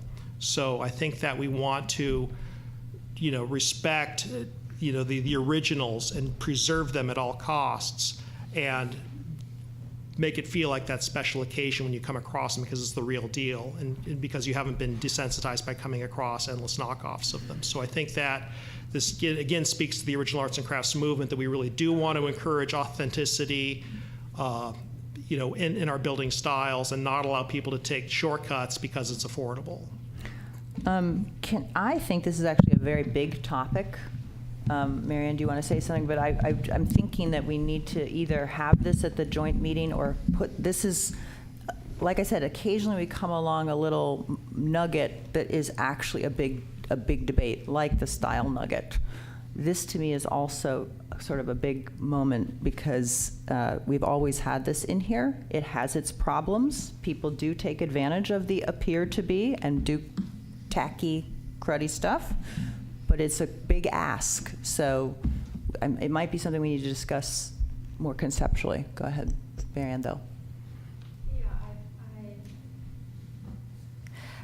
I think Ian put that very well, and I do think that the town offers many really good, simple, original styles. So if you can't afford a curved beam, then just build a simple cottage. I mean, and that is honest and true. And there will always be more costly, homes in this town and really simple ones. But especially those really early simple cottages are, they're wonderful. They don't, so not allowing applied materials, I think, is a very good chapter in this, and would get us back to actually really high quality buildings. Mm-hmm. So. I hate. Also not impossible to build a timber frame home. They're like a big deal. I almost built one before my last move. They're beautiful and they have structural beams, and there are people who make them and specialize in them, and you see the exposed beams, and they're real deal. So if people want to have a house that looks like it's a timber frame place and actually interiors are timber frames, then you can do those, and they're not actually that much more. The beams are We can't hear. But sorry about that. Thanks, But Carol. with timber frames, the beams are expensive, but there's a lot of other advantages to those sorts of homes when you build them. And so all in all, the cost actually is kind of a wash, at least from the research I had done when I was about to make one. Carolyn, do you have your hand up over there? Oh, yes, I was just going to concur with Marianne and Ian with their comments that they said. Okay. I have one. Sorry. Oh, sorry. Go ahead, Eric. Couldn't see you. Sorry, in general, I agree with Marianne and Ian, but I do, this specific section calls out exposed rafter tails, which are often hard to make work. You can make them look authentic, but if you want them to go from inside to outside and have the structure on the inside work with the interior spaces and still have the outside work according to a rhythm, it can get pretty complex, and it often looks better if you use the exposed rafter tails that are just put in and then attached to the sistered onto the structure on the inside. So I think it's a little bit prescriptive in that case. In general, I agree with it being authentic, but appear means really appear to be authentic. So. Yeah. Okay. This is why it's a big topic. Yes. In the real world of architecture and building, you guys, there are just some cases where, and David, where we can really, nobody can tell, And there's just so many convoluted situations, curved rafter, curved beamed, which makes it impossible cost-wise, and yet it looks exactly like a curved beam. So just wanted to underline that. It's possible that this could be slightly rephrased so that it emphasizes better the true and doesn't just so flippantly say one or the other, go ahead. I mean, that's a possibility. That would be a middle ground, maybe. I did want to point out at the end of this page, 6.1.8, which goes to the discussion we had last time about faux materials, how to detail human-made materials we came up with. This is my stab at it, this true confessions, just so you understand. This could say anything, but this is a placeholder for how would you detail a human-made material. So I just wanted to have something in there because something needs to be said about how to detail a human-made material. So what I say is, in ways authentic to their own, detail a new and or human-made materials in ways authentic to their own composition. For example, carefully plan the wood grain and modules of formwork for exposed poured concrete, or use cement siding with a smooth, untextured surface rather than an added faux wood grain. Again, please, I have no stake in the exact wording. Something needs to be said if we're going to be okay with human-made materials. So we can come back to that, but I just want to point out that that's a placeholder for that being addressed. Are you keeping, or one of you, an errata sheet of things we're going to come back to? I am, yes. Yeah, I am as well. So I figured between Victoria and I, we're going to have a nice list of the big policy stuff that it maybe is going to be at the community meeting or whatever. Yeah. I just have a small thing still on 6.1.5. There isn't such a thing as a Carmel stone foundation, so. There is no such thing as a Carmel Stone Foundation. Is that what you just said? Okay. No, I would not support a house. It could be, you would have that wrapped over the concrete foundation. Yeah. So, okay, that, I think we need to deal with that. Thank you for that comment. Doesn't exist. I wondered about that actually, because obviously it looks like they exist all over the place. Okay. On page 18, yes, somebody's. Sorry to keep chiming in. Go ahead. No, please, Carolyn. Oh, on that errata list, could we add the topic of color, which was, I know, a previous chapter, but can we discuss that later again at some point? Yes, colors, I agree with, is a large topic. And Thanks. it's been newly visited in the February 9th draft in a new way, so it's worth talking about. Okay. 6.2.0 on page 18, anything under that section? That's 4 little smaller points. Yes. Yes, Carol, go ahead. 6.2.3, it says use one primary material for a building and one or at most 2 materials or walls. And I agree, once a species of wood or stone is selected, do not combine with your other species within a single project. I'm looking down to the 4th picture at the bottom there, in which I see 3 materials. So we don't have 1 or 2, we have 3 materials. It's one of my favorite houses, which may not surprise many of you, on Mission Street. Mm-hmm. What are the 3 materials? Well, we've got some sort of something at the bottom that's paneling, and then we have You're talking about the little red garage, right? Yeah, the Okay. shingles at the top, and then we have the stone attachment over here. I'm just pointing out that this picture, which is lovely in terms of an old Carmel example, which could never be built today, I'm sure, is not just 1 or 2. I think it is 2, Carol, isn't it? Because it's stone and wood shingle, and then there's a garage door. The red aspect, I believe, are garage doors. Yeah. So Okay, it's- so you're not including garage doors? No, doors and windows are their own thing. All right, Yeah. all right, fine. No, okay, that's good. So that, yeah, we all love that house. See, this is something we agree on. I think we all love this house. Yeah. It is supposed to be checked. Good point. You're like, Yeah. you're going to be the check commandant, check master. Okay, so I just think that it's kind of an interesting concept. I guess I agree with that statement for the most part. I just think there are probably occasions when you'll have shingles above and batten board below and some stone feature on the house, Carmel stone feature on a house, so that would be 3 rather than 1 or 2. I agree that we don't want a mishmash of all different styles on a house, but I think there are cases when, and probably really nice looking cases where it's 3. So as you can tell, this is original even to the February 9th draft. I think it might be original back past that. Yeah.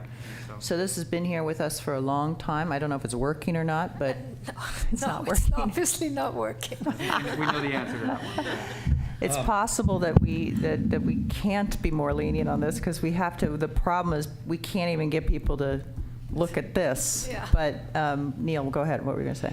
Yeah, I kind of like this 6.2.3. There's a thing going on, I know you guys have all seen this, where it's like we're just choosing multiple materials to go on the outside of a building. I don't know why. It breaks it up or it makes it fun. And so you got stone and you got wood and you got stucco. Marble. And it's like, but it doesn't relate to the rooms. It doesn't relate to the building. It's just we're throwing surfaces on it to get, and this, I think, is supposed to stop that. I agree. And I think it's still going on, and so I like this. I like it too, and I will say that, again, by reformatting this is a plug for reformatting, I must say.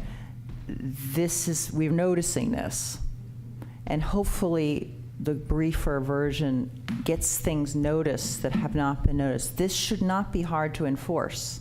This actually is really clear and has been there prior to Nori's from his first iteration, and somehow has not been enforced. So it's a good plug for how do we enforce and make people aware of what we actually have been saying for 2.5 decades.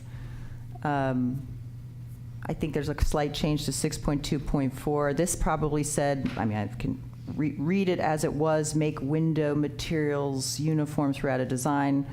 And I just, again, make window and door styles, materials, and finishes. So it's just, of course, windows and doors should be treated similarly. So there are small little corrections like that. Of course, if people want to uncorrect them, I totally open. Maybe 3 picture down has 2 different styles of windows.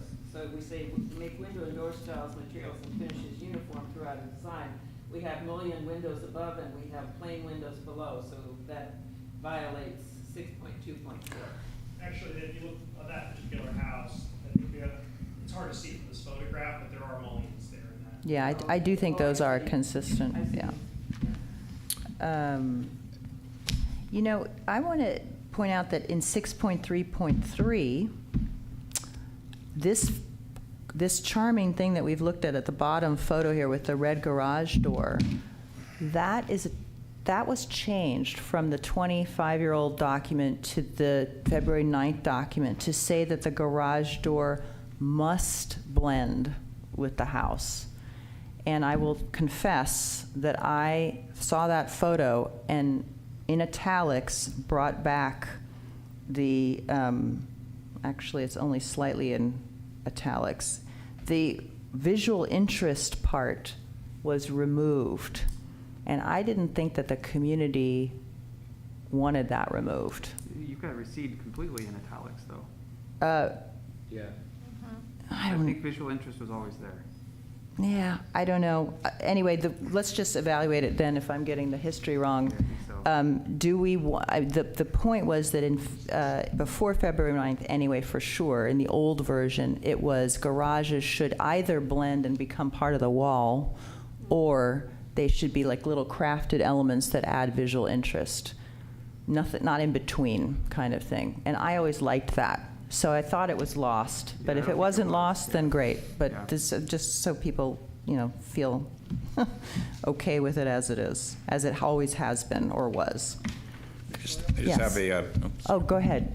Oh, I just had a couple things to say on this page. One is 6.2.2, and I think I would change the wording at the end from entire building, which I think could be misinterpreted, to building form. What do you mean? What are we interpreting one way or the other? Tell me what you mean. Do not stop wall materials at corners, instead wrap them around the entire building. That sort of implies like the entire building has to be of stone, which I don't think is necessarily what you would want. Yeah. So it's just clarifying. All the way around. Yeah, it should go all the way around. Not the whole building, but the structure. You can. I'm not sure I'm understanding the difference. I mean, that's my. I mean, it's just sometimes difficult to, if you're using two materials, for example, on a building, you may want to change the way that the stone is and not take it around the entire building. I agree, it shouldn't be, you shouldn't take stone and then suddenly, without any sort of change in direction, change the material to stucco or whatever. But I think saying it goes around the entire house and it implies it has to be the tour house or something. So our current guidelines have language in there about terminating at like a natural termination point. So like an inside corner or a corner where you don't, I think that's what I'm trying to, so it's not misinterpreted you later don't have on. to full wrap the house necessarily. Yeah. But in general, I agree with that. I was also going to just comment about some of the problems I've seen that have been approved. I think some of these guidelines were there about keeping window and door proportions and sizes in keeping with the style of the building itself. And the worst examples of that I've seen are like the ones where you maybe closer to the water in town, where you get a traditional building and suddenly on the front it turns around to the back. When they want to get the views, it turns into this these completely modern all glass facades on the back side. It's either you have to do one or the other. There's some glaringly bad examples of that. I agree. So that should. The mullet house. The mullet house. Yeah. Yeah, exactly. So, did someone? Oh, Melanie, you had a comment here. Thank you. I think this speaks to the problem that we have of stone or whatever material, but specifically stone, just being tacked on places without any congruity. And so this is what this speaks to, is that, if you're going to do stone on something, don't just put it on the front facade. It has to be integrated into the structure. Yeah. It has to look like the stone belongs there. Absolutely. So, that's what we're trying to get to. That's what I thought was clear about it. Yeah. Well, let me tease this out a little further. A number of the, I think, offensive modern buildings. In fact, somebody was talking about Santa Lucia earlier, and bathroom tile on the wall. the bathroom tile. But also, there is a tendency in town to say, and to accurately get the inside corner right by recessing maybe a little panel on the front so that your stone lands on an inside corner. But it really is just, I decided the stucco was too much, and so I just broke it up with the stone. There is no architectural reason for it. But it actually would accurately fit. I landed on an inside corner. And what that seems to be producing is my building looks too big. It might look too monumental, so I'm going to do these patches of stone, and I can actually meet the design guideline for an authentic termination of the corner. But it is not, I don't think, what makes a good design. So how do we deal with that is a question for the room. Because if you don't wrap the whole building and you do terminate the stone properly and detail it so it looks structural or is structural, it still might not get us authentic looking stonework. Mary Ann, do you have a suggestion? Or Ian? I think that, again, we get back to the arts and crafts movement as an ideal. So if you look at a building, right, you can say, oh, this is, you look at the components of the building, you can intuit what role each component has, whether or not it's truly doing that or not, is because this is, I mean, the whole concept of having stone masonry foundations in California earthquake country is completely absurd, but it's something that we're just continuing, I think, to indulge, but anyway, so when you look at a house, you'd be like, oh, well, that's the foundation, and the walls, the plates rest upon the foundation. So you can look at a building, you kind of read its roles. Like I look up here at the roof, right? It's like, okay, well, that center post there lands on that cross member, therefore supporting the peak of the roof. I can look around the room and I can have an understanding of why this room is standing up. And there's something very authentic and reassuring about that. So when you're looking at a house on the street, you kind of have a sense of what are the various components, what are they supposed to be doing, right? So it's like, here's this stone foundation, and the stone foundation is what the plates rest upon. There's the roof, and so you can look at a house and you can understand its logic, right? Structural logic. It's structural logic, right? Whether or not the stone foundation is really doing that or not, it's a different discussion, but it appears to have a logic, and you can read a house, you can read what form and function. So how do we get rid of patches of stone? Patches that are authentically applied, that terminate properly, but are not really structural because they are structurally applied, authentically applied, but they are actually meant to wallpaper or break up a mass that is probably too big. But if you only have two materials, what do you think it's still a problem? I think the examples we're looking at, they have, each box has a different cladding on it. Yeah, so let's put it that, your terms. Each box has a different cladding. Well, that's what I was implying. Even two claddings.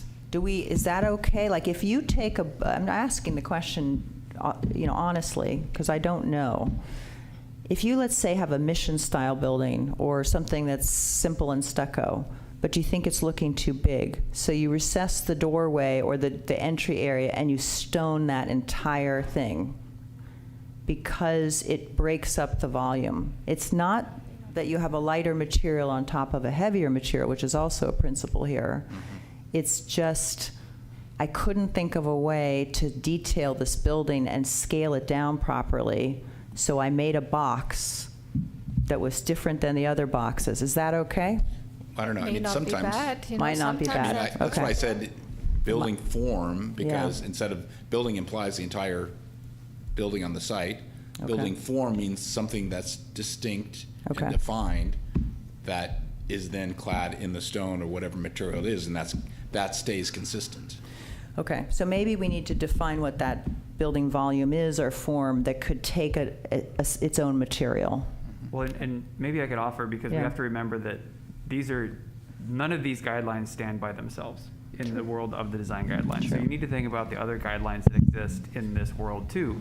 Things like non-overcomplicated building forms. So you're not going to see, hopefully, if these are applied correctly, you're not going to see a building that has a bunch of returns across the front to terminate into an inside corner. Okay, so you're making me feel better. Yeah, I think you need some of these things. When we start going down these holes, you need to think about the bigger guidelines and how they control what we're afraid of happening. Right, good point.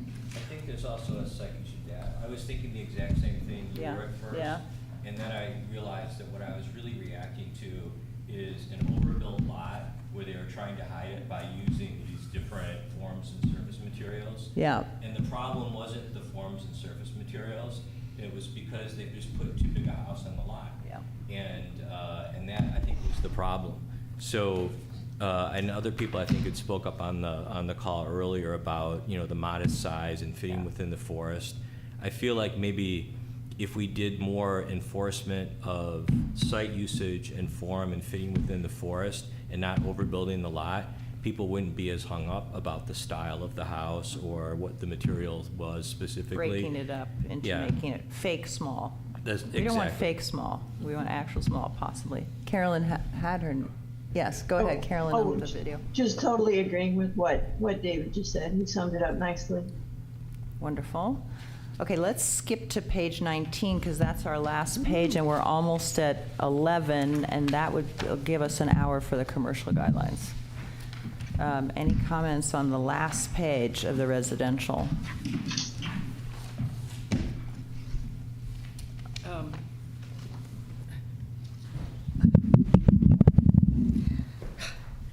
Uh, 6.3.12, since David O'Neill is not here, I'll speak for him. There was an example of his home with monumental gate posts that he took offense at, and he said we need to better define what monumental is in terms of gate posts. I think it's been clarified some that if there's a stone wall that goes with the stone gate, that it's better, but the post shouldn't exceed, I don't know, some certain size above the level of the gate of the wall. So do we want to get more specific about what monumental is? I don't have any suggestions other than maybe how far up it is above the wall or the fence. David went around and took pictures of many gates and fences and walls that we would consider monumental in terms of the posts, and so I'm just opening that up for discussion. It's a good topic. Any thoughts on that particular topic? I know we talked about it too. I guess there was an element, Victoria, about the gate being separated from the fence by some sort of visual separation. I wonder if in monumental, actually, this is more your concern, and maybe you could tell us what your issue is with that. But I was thinking if we said it has to be in scale with the house and the gate, has to relate to the other elements on the property as a possible way to prevent monumentalism. But you might have a more specific answer to that. Well, I'm going to also, this is really here for Mary Ann. This is a special gift to Mary Ann, 6.3.12. And, you know, last meeting, or maybe the meeting before, Mary Ann, that you might not have been at, David presented he presented this to me by email. I take it back. But then it had a conversation in public as well about this issue and how there are so many pre-existing beautiful stone walls with stone posts that support wood gates. You have another issue, which I think has to do with the inappropriate appearance of stone, not just the way it's applied, but when it occurs. So I wanted to, this is the spot. So I want something like this. So the floor is yours. Yeah, that's hard to do without any pictorial material. You know, I can't really talk about that in the abstract. And I think saying that it needs to be proportional to the house, as suggested, is a really good. Is good if the group decides that that's something that you want to support. You know. Thanks, Neil. So.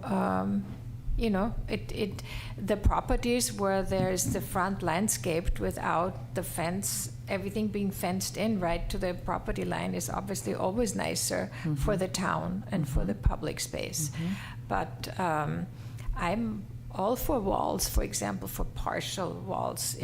And I think then the east and the west side of the street is also something that I think needs to be treated differently, because we have to consider that the people who live on the east side of the street, all of their afternoon and evening sun, where most people have time to spend outside, is on the street side. So those people, I think, do need more protection from the street and may want to have a wall or something more solid than the people who are on the east side, who live towards the ocean anyway, because the view and the sun is on the west side. So I think there's a lot of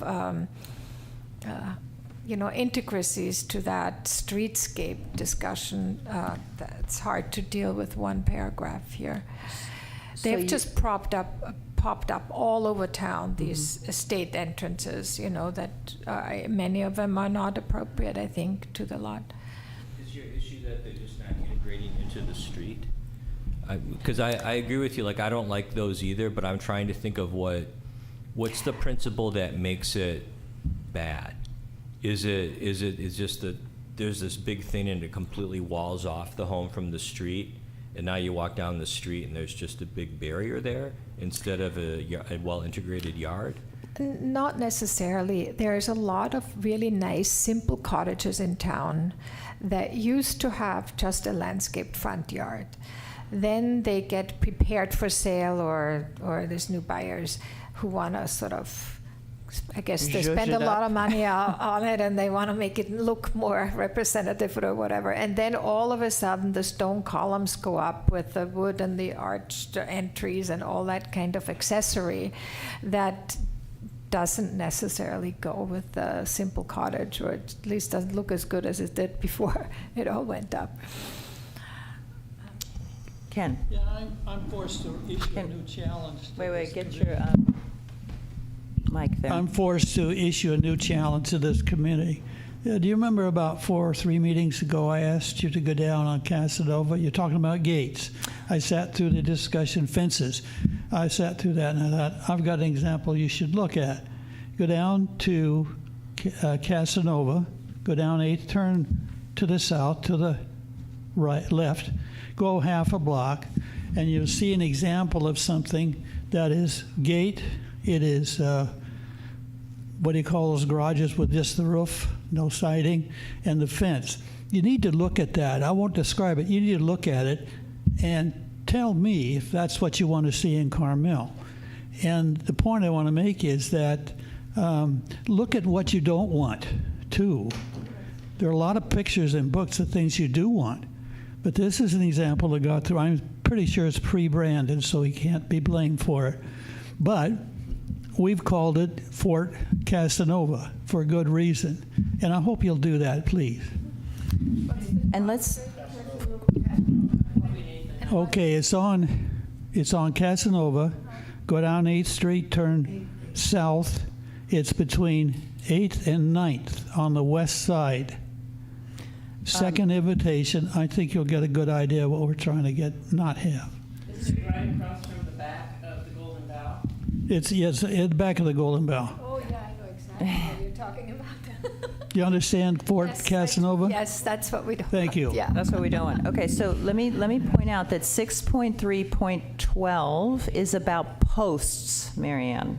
This is exact columns and posts. This is a new thing just about, or it's just calling out just posts. So because you are very upset, as many of us are, and you're the representative for upsetness about posts.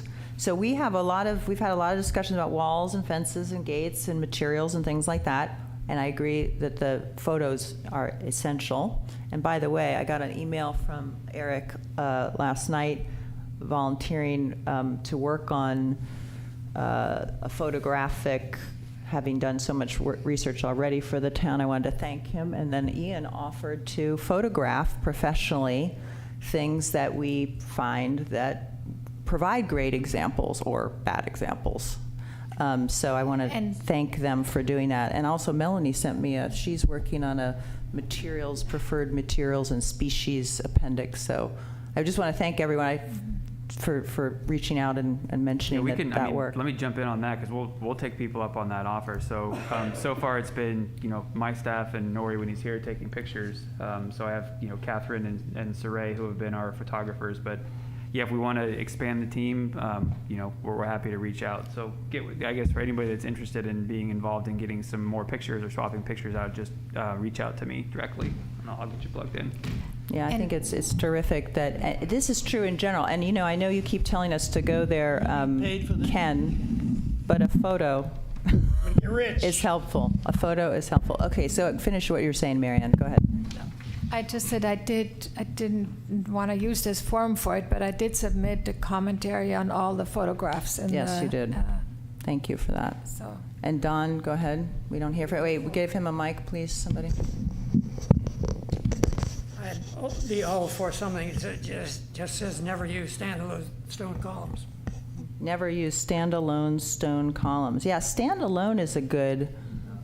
It's not good. Standalone's not good. Never use standalone. Never. Okay. So that might take care of it, because what this says is that are not integrated into other stone elements, which I think this came out of this long discussion with David, how he had these beautiful photos. Some of them were like, they're the Marianne type. And then some were like, oh, they're integrated into the hardscape. They maybe have a small stone wall below. Maybe it's a stone patio. And it all of a sudden felt right for the house. Maybe there's a stone foundation. But a standalone might be the right word, Don.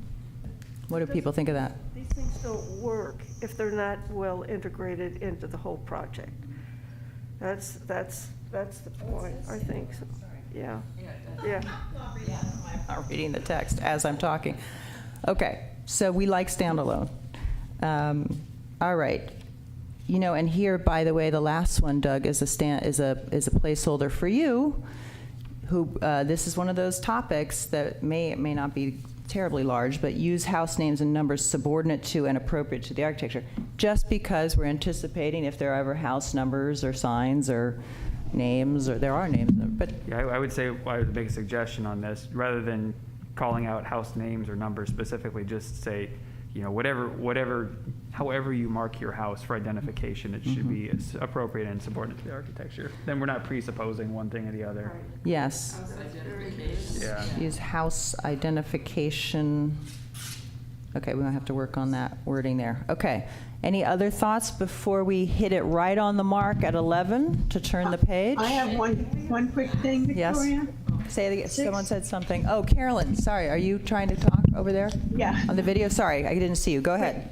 One quick comment Please. on 6.3.8, handcraft A fences using unfinished grape stakes or wood pickets, not ornate, quote, Victorian wrought iron or chain link. I think that we don't want to disallow wrought iron in Carmel. I think maybe disallowing chain link, except for at the rear of the property, is okay. But to take away just with one fell swoop the wrought iron material and have the entire town be grape stakes is not where we want to head, as my opinion. You don't have to have Victorian. You could just say wrought iron allowed in a design that fits in with the house. So this is, as Brandon was just reminding me, not new. This is not only not new to February, it's not new, it's 20-some years old. But it's never been a prohibition about wrought iron. It's been a prohibition about ornate wrought iron. Isn't that right? I think that's true. Yeah, I'd have to go back and look, but I think that's true. I don't know. Is that ornate? I think so. Right. Well, again, I think the definition and the photo that was prohibiting this was about like this filigree ornate Victorian wrought iron.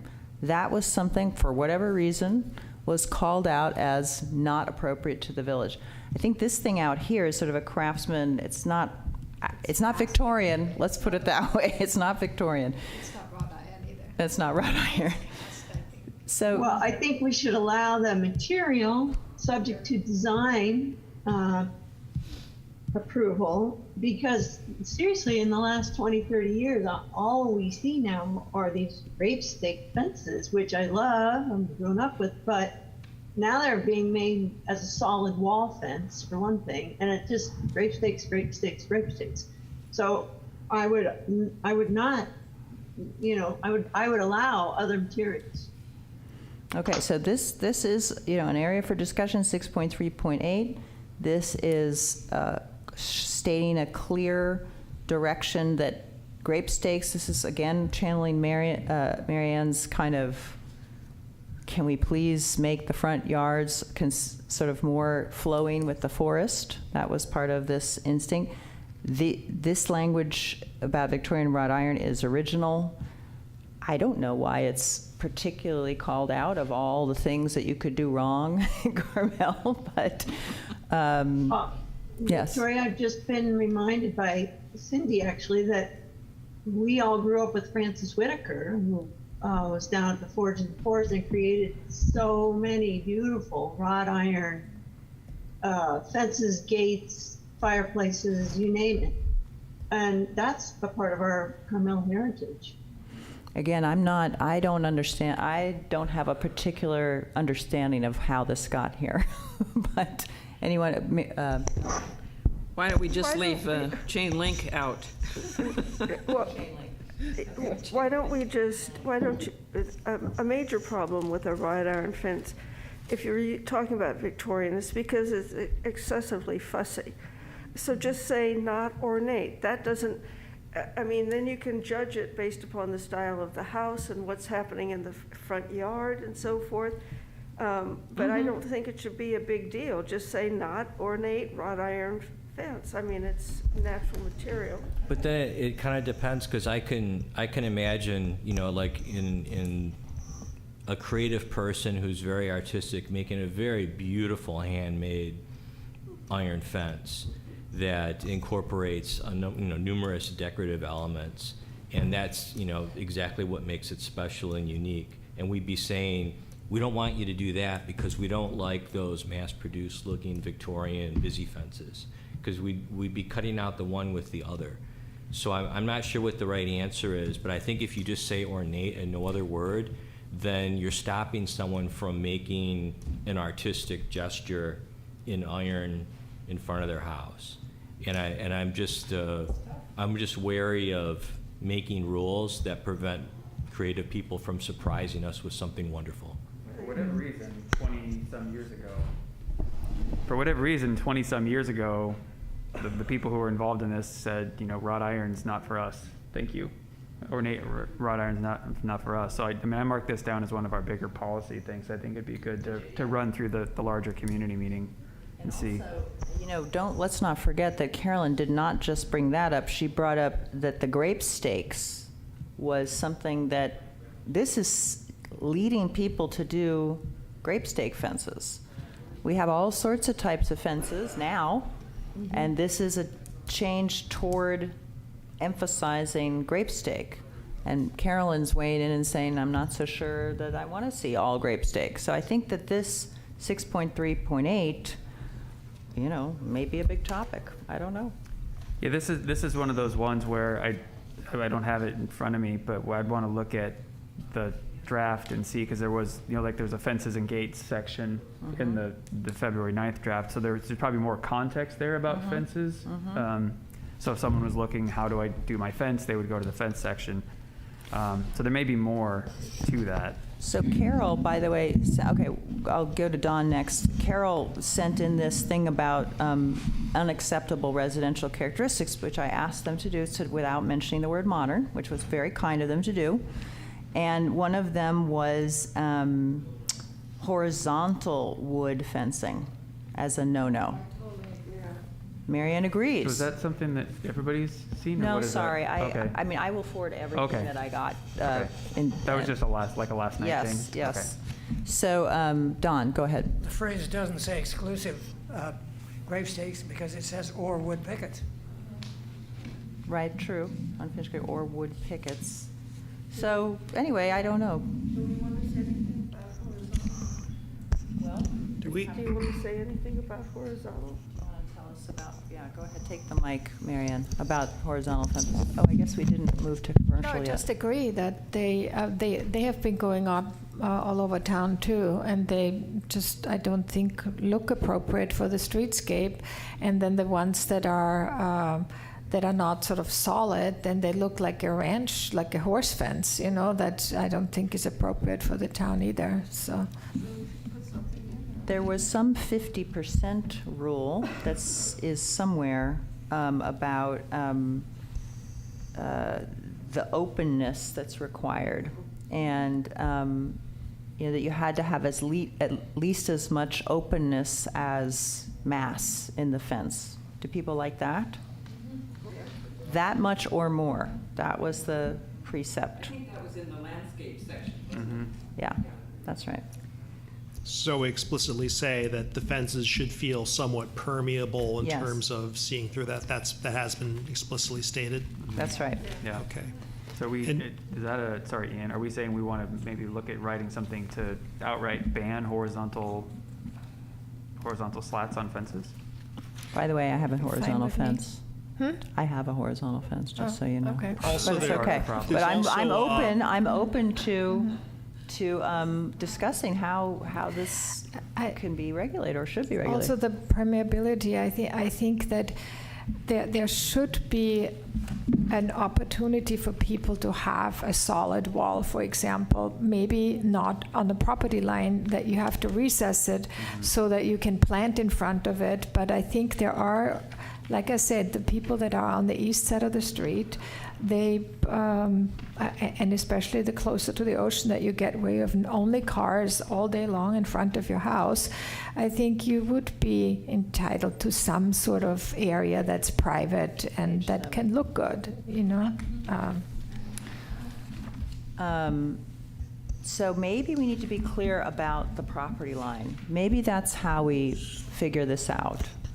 Because we're trying to encourage designing without a fence or wall. That's what we're trying to encourage. If you need privacy or enclosure, we're trying to encourage landscaping first.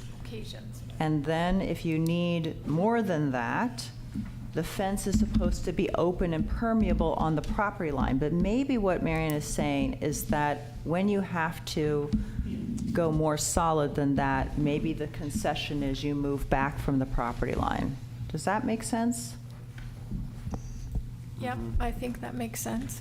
Yeah. So that's and a new walls idea. can be beautiful. We even, when we did our walking tour, we saw some Carmel stone walls, and even in one of the examples in here, the one on Mission Street, right, also has a partial wall. So walls can be very beautiful. Yeah, they should have some interest, some visual interest. Yeah. So I'm going to add a star, meaning a big concept, just to talk about the addition potentially of a setback as a compensation for closing in a wall or a fence, so that normal fences at the property line that are in the forest, that are bordering public land, would be open. But if you need privacy, maybe you move it back across. That's a possible compromise here. And Doug? so it looks like we may have to go back and adjust 1.3.1. I'm on 2.5 area, but let me look at 1.3. Do not wall off properties. Right. So we may have to go back and tinker with that. Right, because we want to avoid a compound effect. Which is a whole other subject. Sure. Wall off properties at the property line. I mean, this is the distinction that when you're trying to get there's so much in the landscaping section about the integration of the forest throughout the property. And so, yes, it seems to me that some small garden walls is a very different thing than walling off your property at the property line. Okay. How about the commercial design guidelines? Can we take a 5-minute? Let's take a break. Can we take a break? We're not done yet? What happened? Okay, go ahead. Thank you. 634, the very top there, I thought we had talked somewhere about skylights not being visible from the street. Yes, that is noted here, so don't fret about that. We must have flipped to it in an earlier discussion. Okay. It's been corrected. Okay, so then 6.3.7, add new energy conservation and generation technologies, including cool and planted areas to roofs, only if subdued in appearance.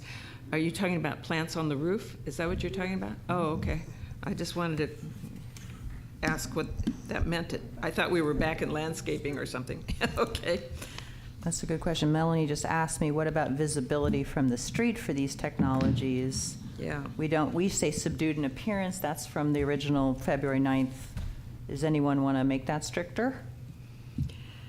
Well, so I will offer, sorry, David. Go ahead, offer. I'll offer that some of the things, if we're talking about like solar, that becomes problematic to say you can't see it from the street because there's laws about getting out of the way of solar. Yeah. So we got to think about that too. Yeah. I was going to say the exact same thing. Yeah. I think especially maybe take the stapler for a second. I think especially over this week or so, many people are looking at solar with battery backups for their homes. And it has to be visible depending upon what side of the street you're on. Yeah. Any other thing that we could make not visible? I mean, subdued is a good idea. Yeah. Maybe that's all we can do on that one. Carol, did you have any last thoughts on this page? No, that was it. Okay. And Carolyn, I thought, had her hand up, but maybe she's got it back down. Oh, Eric, sorry, I can never see you, Eric. Apologies. You're saying, thanks. Yeah, I'll tell you what we. This has been revised from. It has not yet been it's been discussed, and the discussion was fairly consensual in the direction of not visible from the street rather than maybe visually prominent. Facing the street. Right. I mean, it's sometimes difficult to make a minimal frame of a skylight not visible. Meaning you can't have a skylight facing the street. That's facing means the glass facing the street. Right. Yeah, that makes more sense to me. Okay. Or facing. to be specific, yeah. Point being night vision and darkness. Well, two things. I think there are two things involved. One is light on the street at night, but one is the aesthetic appearance of the front roof from the public view. Mm-hmm. Is just the skylight's appearance. I mean, it's very hard to make a skylight attractive. And what we're concerned is night light, but also how it impacts people when you're looking and walking, what it looks like to have a bank of skylights running down the side that you can clearly see, and also skylights right on the public right-of-way. That's always been an issue.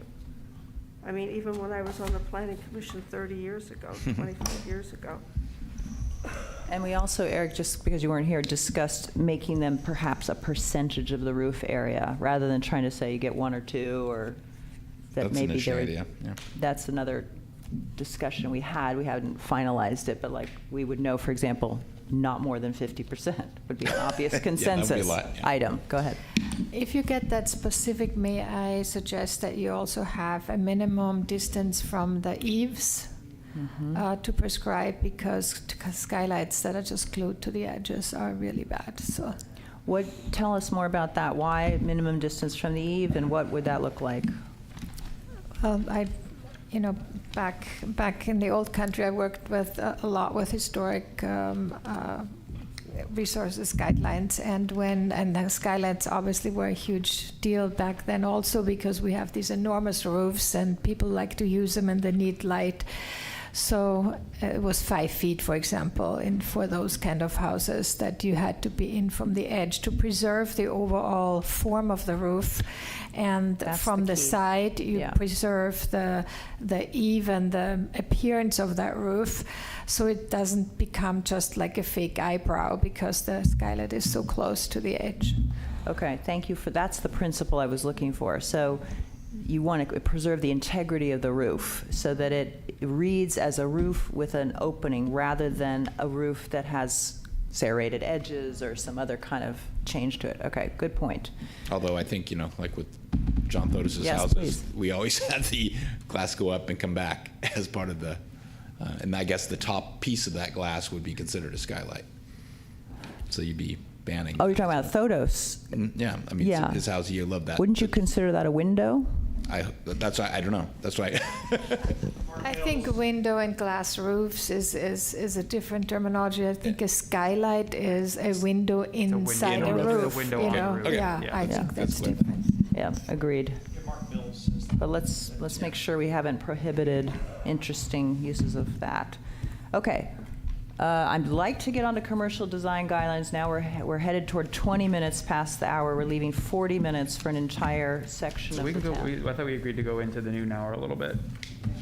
Didn't we agree? But doesn't that? Oh, you mean past noon? I thought that's. Oh, okay. Yeah. Okay, good. All right, thank you for comforting me on that.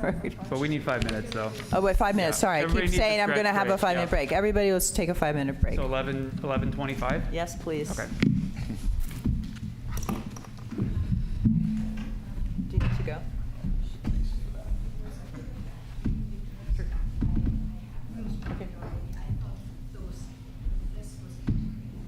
No,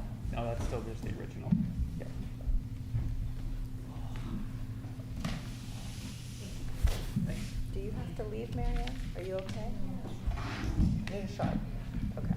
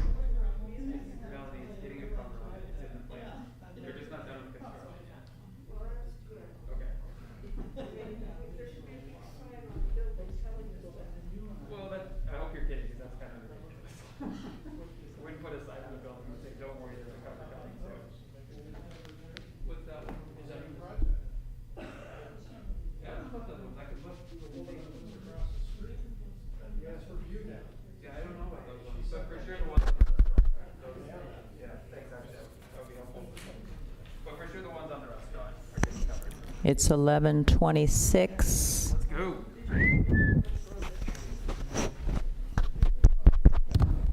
Hey, Eric.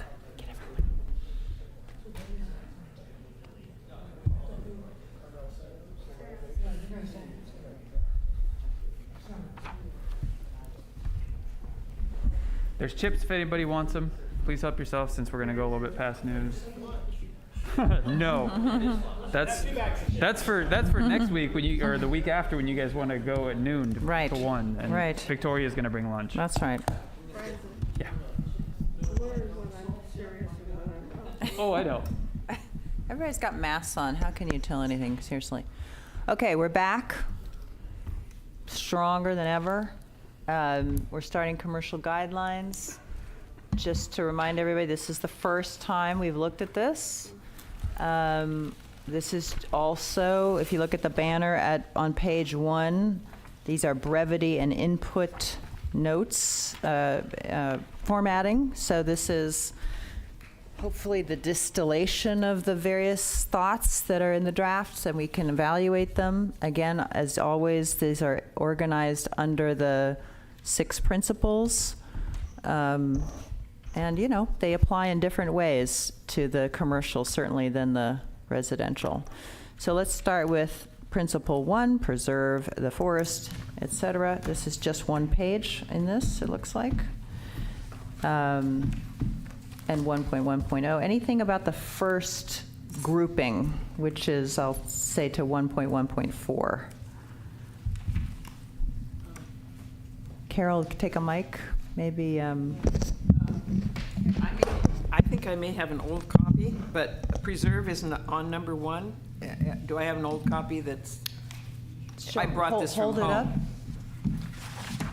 Oh, yeah, no, this is the, This is the Victoria. it's got the same Victoria kind of version. brevity It's what I version. handed it out to you there, Carol. It's the commercial version of basically a commercial version of what we You were actually doing. didn't give me anything because I told you I had it. Oh, okay. There should be one up there if you need it. Okay. Let me get it for you. Oh, I got it. Thanks. Okay, while she catches up, any other thoughts on page 1? So Section 1? maybe Go I'm ahead, David. mistaken, but I seem to remember reading whatever the standing commercial guidelines are, and I thought in the opening paragraphs it talked about that we are a residential scale city, and I don't see that in the opening of this. So I'll catch you up a little bit, David. All the kind of color and history and discussion like that in this particular format would be a part of an appendix that you would link to. So if you want to have the history of what kind of community is, this is simply, if you want to, you're about to apply to put a building together and to propose something. I'm not talking about Oh, educating sorry. people on history. Okay. Like when I look at something like the pit, Yes. and I say, why do I disagree with the pit? Yes. Well, it's on a street where it's 3 times bigger than every other building. It's much higher than all the other buildings. It doesn't belong in a residential area. Okay. You know, it's supposed to fit So on the street, 2.0, yada, yada, yada. subordinate every build structure. So let's just Yeah, see all if I'm it's saying in is there. the opening paragraph of the initial commercial code kind of set that initially. It Okay. said we are a residential scale city in a forest, and it made some very specific points. And I think that you need a North Star when you're reading a document. And if you don't have that, you got to read all these complicated rules and then try to interpret what is it you're trying to say with all these things. It's much easier if you say, we're trying to take that hill, let me describe to you how. Not let me give you all the stuff we're going to do and have you figure out what our goal is. Okay. Let me interject for a Please, second. Sorry. Brandon. So I just, because David, you haven't been for some of these. So the thing, see what Carol has in front of her there? She's got, that's the February 9th version of the commercial guidelines that the city put out. So what we've been looking at in these don't have all this. So that's in there. What you're talking about is in that right now. So that's why I was saying earlier at the beginning of this format that we're going through is more of a thought exercise right now. We don't know for sure that this is the final format, and you know, it may not be that exactly either. Maybe a hybrid of the two, but that language exists. But for the purposes of how we navigate through just talking about the content, that's why Victoria put it together this way. So that was written, that exists. We all agree that's very important. Thank you. Yep.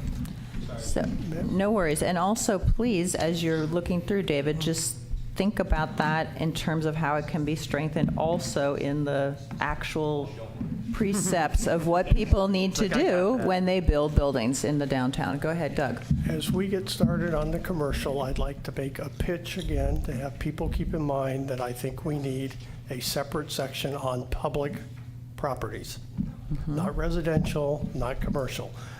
As we get into this, we talk about stormwater detention ponds. That's primarily going to be on public property. We have nothing in here about lighting on public ways. We have nothing in here about bicycle racks. We have nothing in here about book returns at the library. Those are all public right-of-way, public property documents, and we've got them blended in here, a little here, a little there, you know, landscaping. So it's in the right-of-way. I'm starring that as a big topic. I think that what Brandon, if I channel Brandon for a moment, he might say we have regulations and public works guideposts for them to deal with. But what you're maybe asserting here is if it's design related, then it should have, even if it's public, it should be part of a design guideline, which Brandon, I don't know how you feel about that. Go ahead. So let's hypothetically say bicycle racks. There's been several discussions at council meetings the last 2 months about bicycle pathways, implying there's going to be bicycles. We have no standard of what we want a bicycle rack to look like. I would suggest that what would probably happen is they'd get a catalog and look at the catalog instead of doing something unique to our artistic community.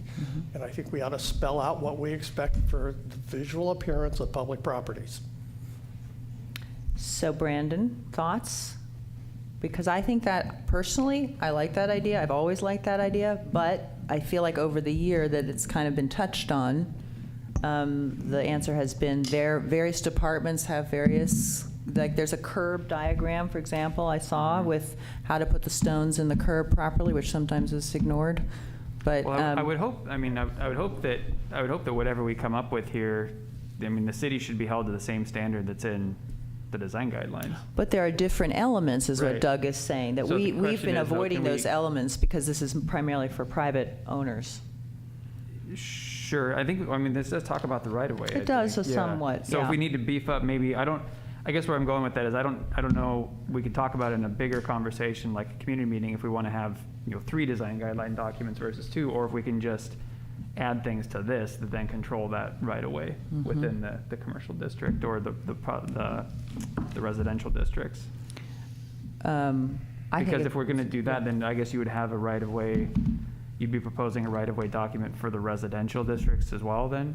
I think so, isn't that what you're saying? Which would take stuff out of this current document, the residential document that we just finished, and it would put it in a public, and the commercial, it would take out of both and put it in a commercial. Yeah, I don't know, it's an interesting conversation. I don't really have a dog in the fight either Well, way. let's talk about sidewalk materials. Yeah. I mean, there's nothing in here about sidewalk materials. There's nothing here about utility meters in the sidewalk. What if we required that if you have brick or pavers, you had to have one of those tray boxes that continued the pattern rather than have concrete lid boxes that's intermixed with the brick or the pavers? So we have a little bit about sidewalks, but I have to say, when I was noting this down and reformatting, I thought to myself, is a private party responsible for this pavement? I don't even know. I actually don't know the answer to that question. So it goes to jurisdiction, it goes to these elements that are not fully covered. Right. Yeah. I think it's a starred content, it's a big starred topic. Okay, thank you for that, Doug. It's just, I think we need to discuss that, but let's see if we can go to page 1, yeah? Is that okay? Yeah. Yeah, right. That's true. Okay, page 1, which is primarily about how landscaping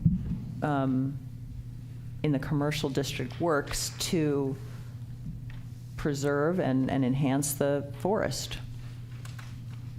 Doug.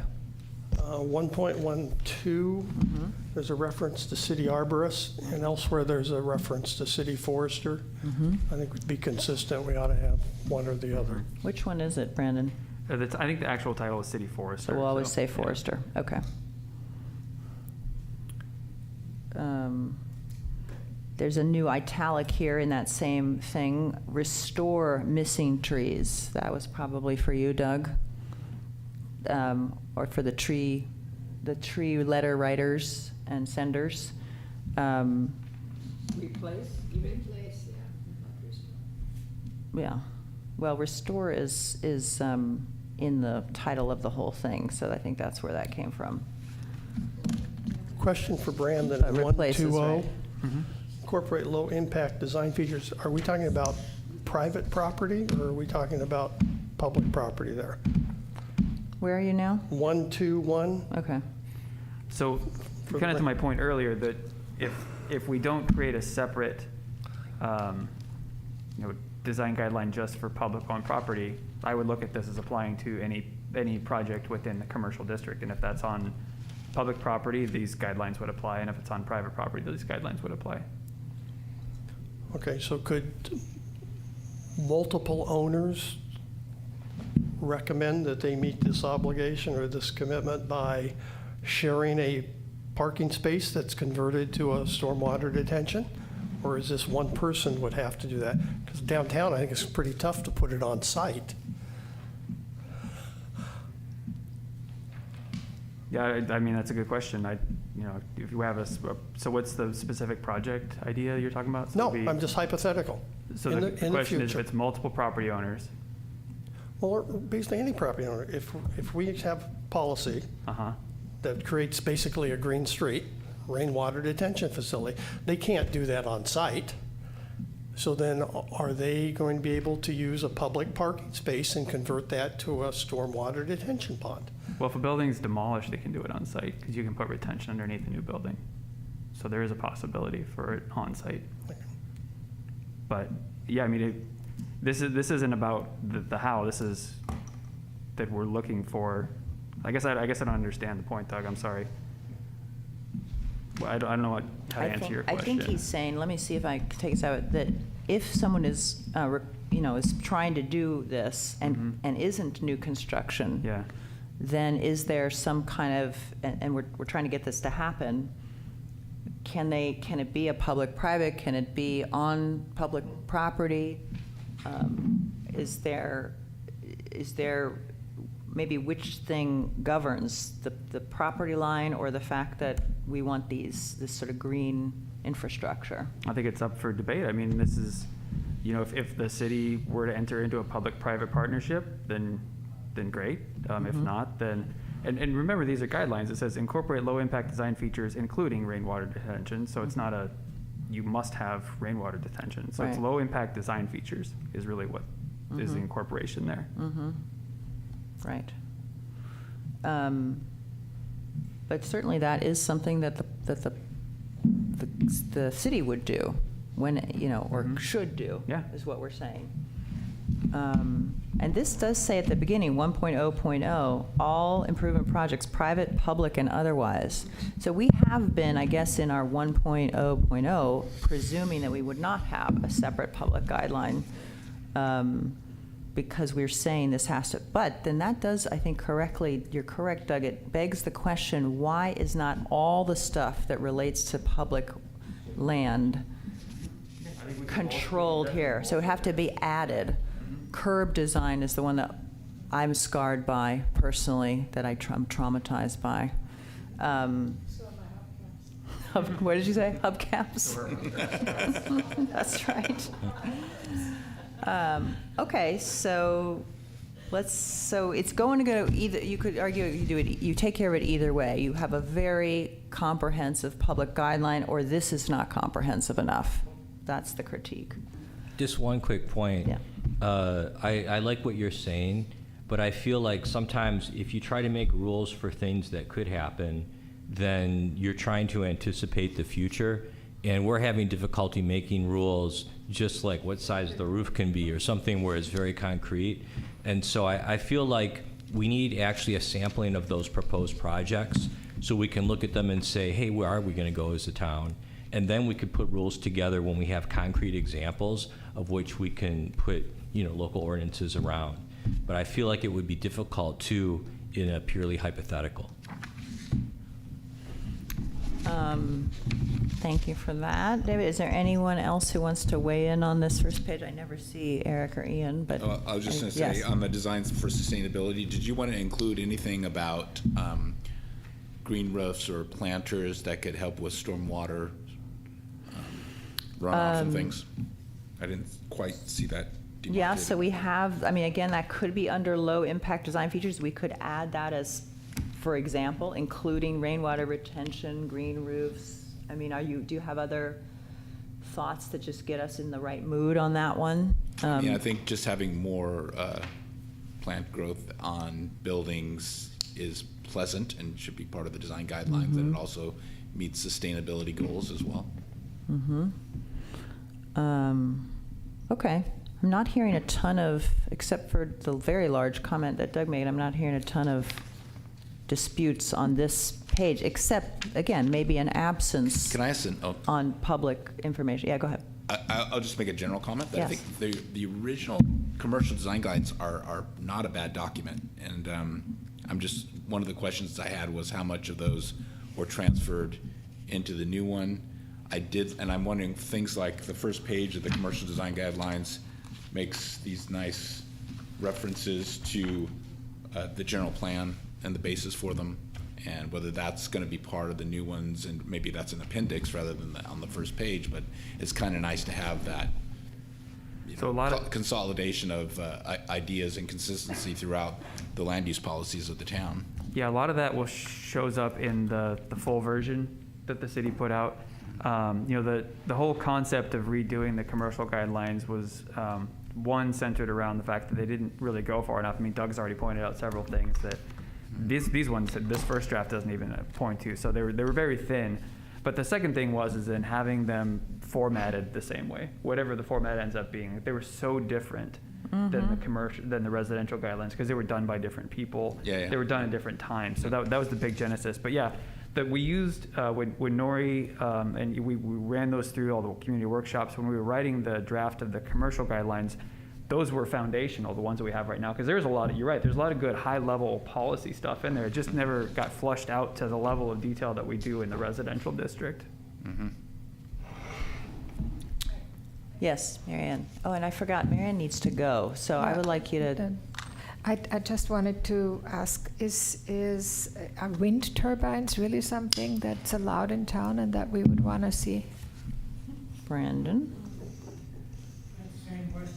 133. Wind turbines? 1.2.4. Yeah.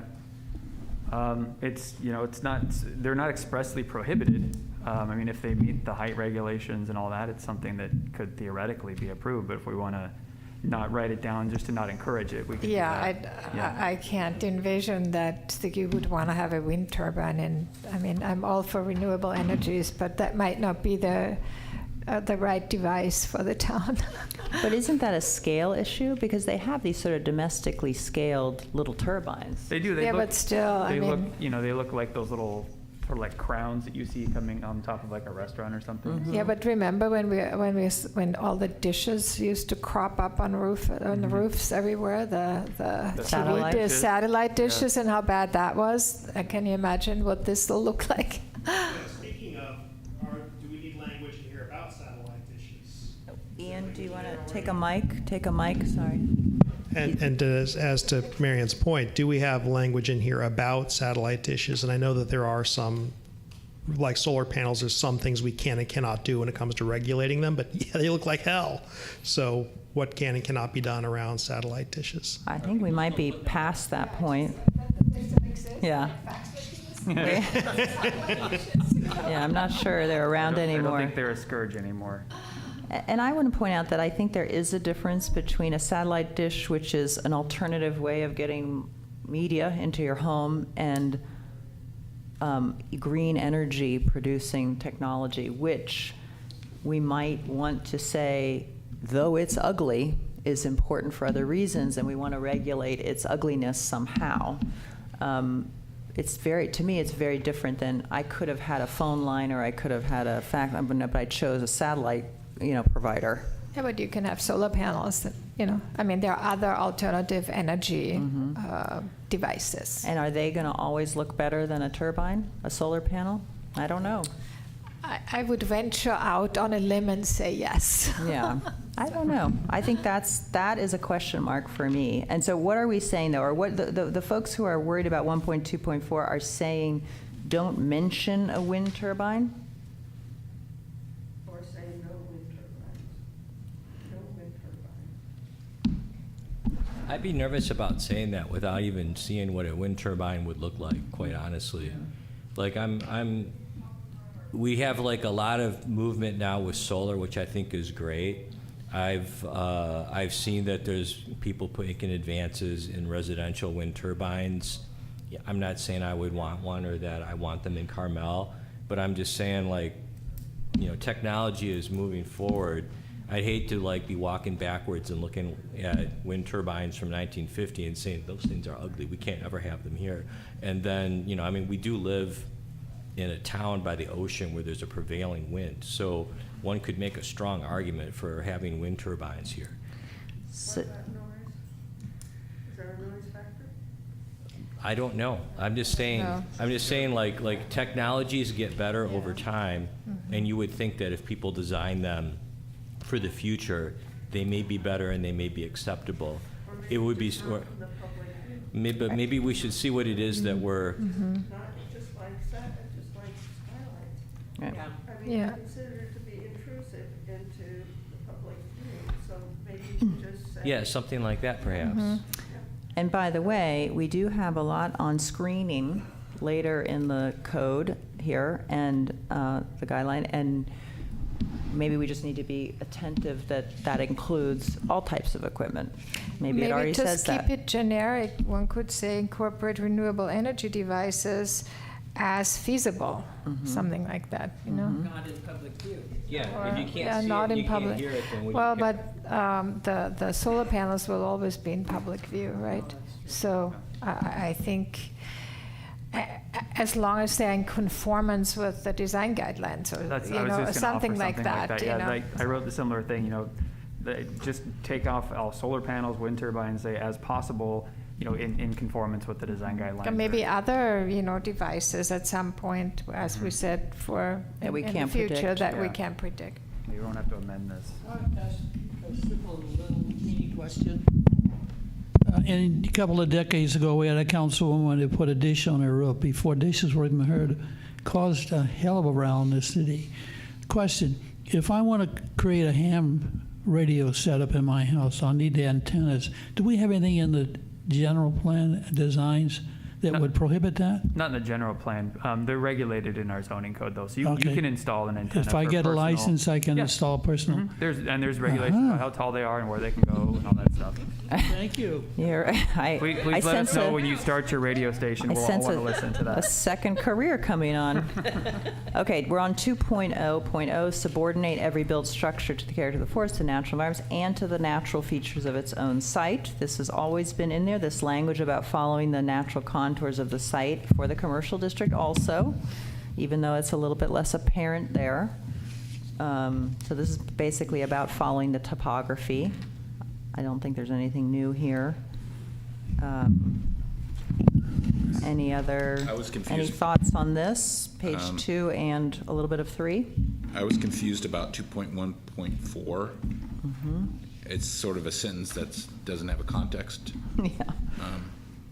So this is follow the natural contours of the site, 2.1.4, an exception is for underground parking structures. Okay, so that just means. But it may not be what we want to say. It may be too weird or unconnected to things. Or it's an assumed thing. If you have an underground parking garage, it's not going to. Yeah, you're not following the natural contours when you're going subterranean. Anyway. Yeah, I think I actually put question marks when I saw this one too. I think it's more of an unfinished thought than anything. You know, that should be, even though it's under the header of following the natural contours of the site. You know, an exception is for underground parking structures because they will naturally be below grade or something like that. So it's clear what it's trying to say. Yeah. So that is what's meant. That's a good question because I didn't even Or is it really know what it was meant. Is it attached to 2.1.3 because it's related to foundations? And, minimize the visual impacts, but we do want the visual impacts minimized no matter what. So this to me is about natural contours, that it's obviously not following a natural contours when you dig out a pit, as we now know. Okay. That's good clarification. Anything else on this page and the next page? This is about, I had a question about yeah? singling out, okay, 2.2.2 just talks about hotels. Is that not a general rule for commercial? Again, this is primarily, this entire reformatted version is just feeding off of Nori's February 9th draft. So when something is called out as for just hotels, it didn't necessarily make sense to me, but it's just as it was submitted. It seems to me that 2.2.0 takes care of the whole thing, minimize the visual impact of surface parking, period, for everybody. Yeah. I don't think there's any exception to that. I think one thing to remember, Yeah. because we ran into this a couple times in the residential district, is that this formatted version you're looking at is taking guidelines and language from different parts of the guidelines that were put out in draft on February 9th by Nori. So this hotel parking one could have been adjacent to or with other regulations in a different section that maybe gave it more context. Okay. Well, here it doesn't seem to. But you could argue be it's singled not out. necessary at all. I think you could argue it's completely unnecessary because we have a whole thing about parking. It's very clear. Hotels seem to be no exception. So just take that I out. would cross it out personally, but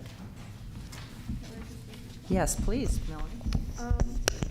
Before we move on, 2.21 about subordinate on-site parking. This picture, to me, is horrible. I go by that example all the time. I would think we could find something that's better in this town, because to me, that's a horrible example in living time. And it looks like there's an attempt at landscaping, but it's a poor attempt at landscaping. And the fence has open slats, which is great, but it. But yeah, I mean, this just doesn't work as our example of how to do something right on on-site parking. Well said, Melanie. Attention all photo interested parties. Well, I think sometimes there's going to be occasions when having no photograph is better than having a mediocre photograph. And something, seriously, it's just like we're better off not having a photograph than having a photograph that does a poor job or a misleading job of illustrating the concept. And I haven't really looked around, but cars are tough things to screen. This might be an occasion to not have a photograph. Yeah. So I'm gonna jump in because I heard Melanie ask me, why can't I remember your name? Ian, my God, that was embarrassing. I heard Melanie ask Ian to go out and take a picture. So I just want to make sure that I'm all for getting volunteers to help us with this, but that's a staff and Nori thing. So I don't want them going off and sending pictures to the steering committee and all that, but we'll work with them because I agree with you. This is not a great picture. So we're taking notes. We're going to retake pictures. So I'll work with anybody that wants to be a photo volunteer. I feel like if we can't find a picture of something good, then it's going to be a hard rule to enforce. That's a good point, yeah. Yeah. What about architectural lighting, the last 2.3.0? I wish that would just be enforced. That's all I can say. Yeah, I agree. Any thoughts of things that are missing? Do we get pretty much everything here? Although, again, to Doug's original point, anything that's municipal for lighting should probably be here, or at least, yeah. So Can we ban fluorescent lighting? I remember on Ocean Avenue those places that promoted skincare, and they had these horrible bluish fluorescent lights inside that just glared out onto the street. And it was jarring. It kind of ruined the whole ambiance of the street. You mean neon? Do you mean neon signs? No, it was Fluorescent. bright fluorescent lighting, those. those tubes. I think what you're speaking to, Carol, is more about color temperature, right? So you can have, like, there can be a warm quality of light, right, which technically speaking and you probably know more about this, Maria, than I do, but like 4,000 K, which would be like a nice warm glow, versus 8,500 K, which would be very cold in color. Like there are businesses in town who don't get it right, and they have. Do we like need these to keep very fluorescent? cold? So I think color temperature in terms would be would actually be a very good thing for the whole town to have a discussion, because having a warm quality of light, lower Kelvin versus, cold blue, harsh light. So that's going to be probably a link. Maybe there'll be a lighting regulation. Yeah. Daylight colored light is here. I'm just underlining it. Low lumens should be underlined, because at some point there may be an actual number. Yeah. And I that would might have, change over time. Are you allowed to regulate interior lighting? We're allowed to regulate it if it essentially pollutes the outside. So I think what I'm hearing Carol say is, like, imagine like a big picture window in a commercial building. At night, they've got their light on. It's basically a beacon. and I think for exterior lights, I mean, so there'd be occasions when you would want daylight balanced light for like an art gallery, right? But if in terms of like creating ambiance or light spilling into the public right away, you would want to actually have warmer than daylight. Because daylight light can actually feel quite Very white, cold, very blue. very white. At night, it can feel, out of context, it can feel very cold. But so, art galleries, they need to have daylight balanced light, right? But when you're creating ambiance and impacting the character of the downtown, it should be warmer than daylight. Can we put that, is there a temperature of the light thing, Brandon, anywhere, or does it belong in here? I don't think we have the temperature anywhere. We have, wattage, we have lumens and things like that, but we can look at crafting something that talks about like the color and the temperature of light. I think we've always wanted to have lumens, a note about that number somewhere. It could be here, but it could just be a link to someplace else. But maybe the temperature is another, that is certainly in some codes around the country. I think you'd have to use something like that instead of saying, for example, fluorescent, because I don't even know if legally you can put up fluorescent anymore or buy them. Now they're all LED, but they might have the exact same color temperature that you don't like. They're too blue. The other thing, though, if you say color temperature, then you're ruling out colored lights.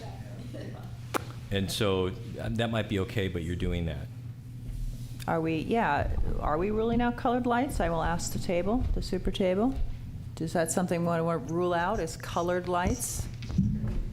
Allow attention-getting devices. That would be an attention-getting device, right? I see hands up. Yeah. I don't see think you. the question was colored lights, though. Colored lights, like a blue or a green or a yellow or a red. Well, I've seen lanterns that have stained glass panels, which are very Carmel, I would say. Yeah, we don't have any regulations about the color of light. Yeah. So these are, what we're discussing, just to be clear, is white light and what color white light should be. Yeah. So let's be clear about that. Okay, and then we'll see if we want to do temperatures. I see a hand up over there. Meredith, do you want to, from the Zoom room, weigh in? Or is that an accent? Can you hear me? I hear Meredith now. I hear somebody. Go ahead. Hi.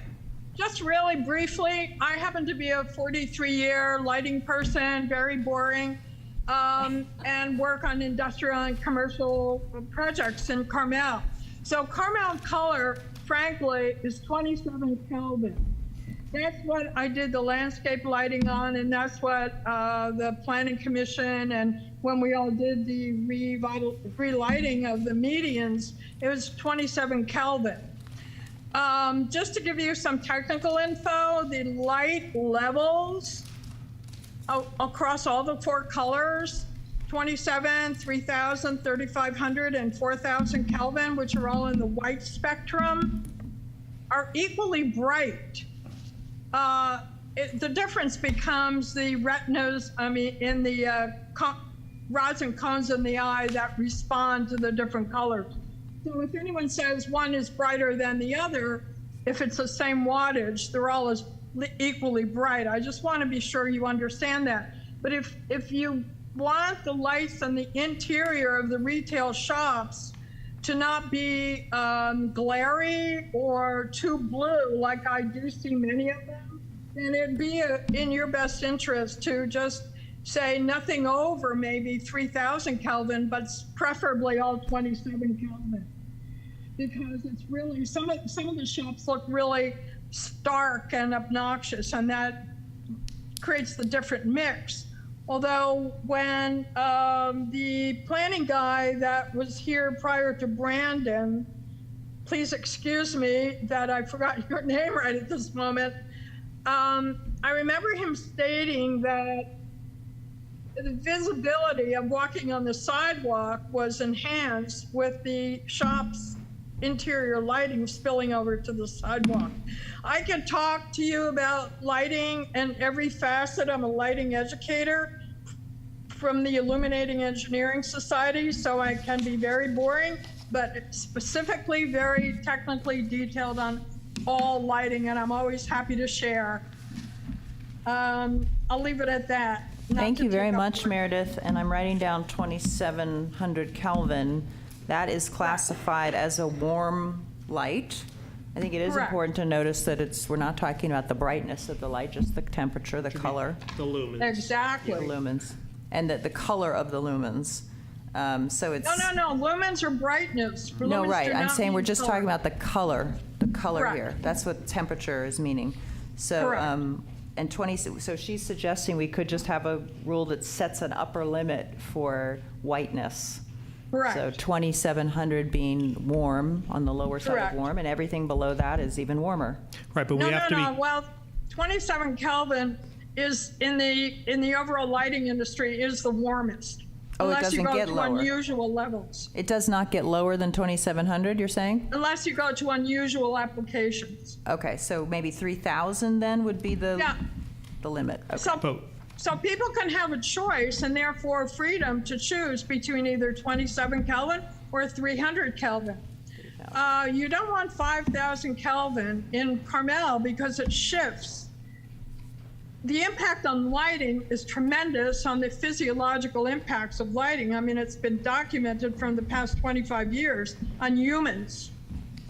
I won't go there, but well, you're preaching to the choir. We're all into the warm light here, and we're just discussing whether we want to actually put a number on it. Brandon's not seeming to oppose that idea. I think you should. I think we just need to be clear about what some of what the folks were saying about the blue light 5,000 Kelvin, it just creates a blip on Ocean Avenue. I think that would be the best way to describe it. You can look down, you can see the consistency, and then all of a sudden you see blue. But it's your choice. I think for color and the holiday lighting during the holiday season, I think was invigorating, but let me ask about if you some have questions. You can reach out to me. Thank you, Meredith. I gotta make a very quick important point. It's that we should specify that lights that spill out into the public right of way, because a gallery owner, will need to have daylight balanced light to display artworks, right?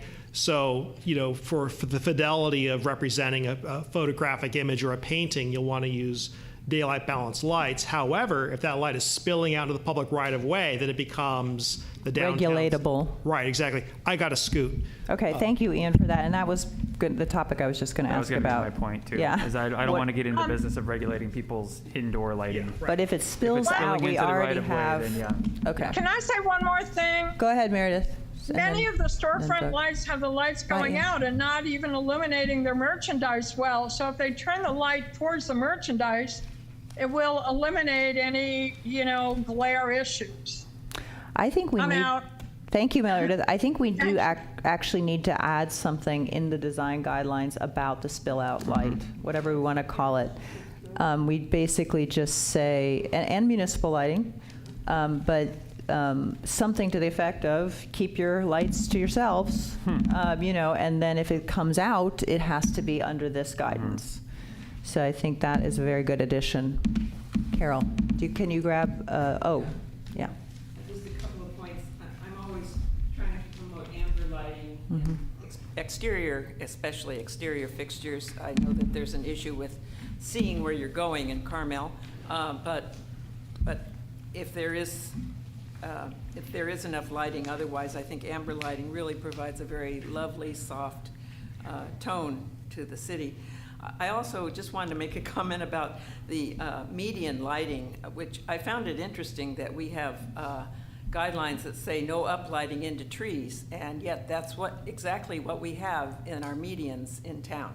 So I think that's a real contradiction that needs to be addressed. Thank you. Well, I'm gonna jump in there because I think that we got to remember there's a difference between commercial and residential, and then not necessarily Carol's point about the trees, but also in the commercial district, because it's a commercial operation, there are requirements about where and how lights are placed by entrances for the building code for right. safety. So we'll just have to make sure whatever we come up with jives with that, because I don't know if amber lights can count towards like your safe entrance into a building, because you have to light an exterior entrance into a commercial building. So we'll have to look into things like that. I don't know off the top of my head. But to the tree point also about uplighting, goes to the question that Doug raises, is on public land, what are the design guidelines? It is true that we are allowing it in the median now, yeah, and it's not allowed in the residential, it's not supposed to be. So I don't know what people think about that generally. We haven't gotten a chance to talk about it yet. Carol's saying you're saying it's inconsistent. Are you saying you oppose it in the downtown? Yeah. Okay. Because it's inconsistent, and we talk about the birds and, the impact on wildlife and all that. Any other thoughts on uplighting in the downtown and basically trying to stay, except for the safety commercial issue, trying to stay more in line with the residential? We're a residential city, so that was, at least previously, that was part of the opening paragraph of the commercial guidelines, is that we're a residential city. And the commercial has to be, consider that. That it's a residential? Yeah. So that would, this is a plug, I guess, Yeah. from the group to say, maybe make the lighting in the downtown a little closer to the residential with the exception for safety. Yeah? And then we've got our really cool little addition of keep your lights to yourself inside your store. Go ahead, Melanie. Before we leave this page, on 223, the very last line, can we insert landscaped low fences and walls? Here. Because they're on different pages. So we're looking at parking again. It says screen front of parking lot. And I'm just saying, down here, it says parking abuts a public way with a landscape strip of trees and shrubs and/or low fences and walls. But it says nothing about them being landscaped. I wanted to get that in there. Wait, which part? Oh, so you're saying if it's a low fence or wall, they should also be landscaped. So landscape no matter what, right. But so it's not an and or, it's an and. Yes. Maybe is how you fix it. Or just insert or landscape, low fences and walls. So what Melanie is saying is she doesn't want to ever give up on landscape as a screening device for parking. Does everyone agree with that, or is there some exception where you just have a fence or wall but not landscaping? Always landscaping. Doug is nodding. Carol's nodding. That makes sense. The only possible issue there would be is because fences can be built right on the property line up against the sidewalks. If there's not room to landscape it, then. Well, then they have the landscape on the other side that comes over that. So vines. She's vining. Vines or whatever. But I don't think you want on the public right-of-way, a long stucco wall or a long fence that's blank. I mean, I just think that will be very unpleasing. So vines are the minimum standard, Melanie is proposing. Brandon? Okay, I mean, what do you think? We're getting comments from you guys on this, so this is, Or at least vines. I mean, vines is the minimum if you have a hardscaped, is what she's suggesting. Sorry to prolong this discussion, but I don't know about, like, one of the things I'm still learning about are native versus non-native plants. But if we say vines and then everyone's got English ivy, then that's going to be a non-native plant. That'll be a big deal. So I kind of feel like, just like with the lighting, maybe we need some like expertise, subject matter experts to help guide us in terms of what's appropriate or inappropriate if we're going to make it a law that says you got to do it. Because I'm not sure. Yeah. Yeah. 1.2.1. Because I agree with you in the spirit of what you're saying. I'm just not sure what the appropriate planting is. So that is all, if you look at 1.2.1, David, these are all underlined links that are for future permitted plant lists, zoning code, landscape ordinance will specify all that, and also will require primarily native species, native downtown. So that should be taken care of for the entire downtown in a central location. Which means that the vines that would be selected must be in compliance with those things. Are we ready to go to 3.0, which is page 4? We are. Fit every built structure within its neighborhood context. So this is getting a little bit further away from the topography and the natural features of the site and going to maybe some built features. Go ahead, Doug. Mary Ann asks that the second photograph be removed and something be put in its place that's more appropriate. Okay. Nobody likes that photograph. I'm not even sure what that's. Oh, you know what that is? That's probably a residential further setback example. Right. I think that's what that is. That's those condos up on. Okay. Okay. Any other messages from beyond the room? I have my own message here. Okay, go ahead. 3.21. Yes. Is different than what was in the February 9th draft, and I think the language in the March 9th is ambiguous in comparison. The February 9th says, locate a primary entrance to face the street and define it so it is clearly identifiable. This makes it look like you have an option. If you have a courtyard, you could put it on the courtyard. That is what it has always, that's how I read the original thing. Brandon, maybe you can tell us what is really meant. Where are primary entrances allowed Carol, to? can I borrow the full one there? No, underneath your chips. It says an entry may also face a courtyard, but it doesn't say the primary entry. Uh-huh. Doug, where's it at in the full draft from the 9th? Do you recall? Page 3, 3.21. He's saying in the old one. 3.22. Or the other one. Because you're saying it in the February 9th draft. I can I'm probably trying to find the full version. I don't know. Okay. I'm assuming this language came out of the February 9th, so. Okay, one thing we could do maybe is find it in the intermediary. But I think it's a policy question. There's a primary entrance on the street. It is. Or if you have a courtyard, can you put your door on the courtyard? Okay, here we have it. This makes it, this is why it's worded this way, I think. Clearly identify a primary building entrance, design the primary entrance of a building to be clearly identifiable, locate a primary entrance to face the street, design it to be clearly identifiable, orient it to directly face the street, or provide a clearly identifiable path to it. So that means you don't have to actually face the street, as long as there's a clearly identifiable path. A civic building shall have a primary entrance facing the street or a public space. An entry also may face onto a courtyard. So from that verbiage, it is quite lots of choices. Either you see it from the street, or you have a clearly identifiable path to your primary entrance, which means a primary entrance does not have to be on the street.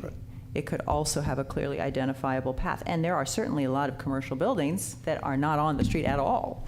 They're buried in the block in these courtyards. No, I see that. If you're in a courtyard, you don't have a choice. But if you're on a street frontage. Right. Should you select the street versus the courtyard? That's a good question, which is not addressed by the original language, nor is it addressed now. It's ambiguous. Currently, right. So that is a good question. So when you have a choice of whether to put the primary entrance on the street or the courtyard, can you choose to turn your back on the street and face the courtyard? That is a good question, and it is not handled anywhere. So what do people think? And we might be channeling a particular project that's across from the post office that is an enormous building that's being proposed where not all the entrances are on the street, which is misleading. Bye, Ken, thank you.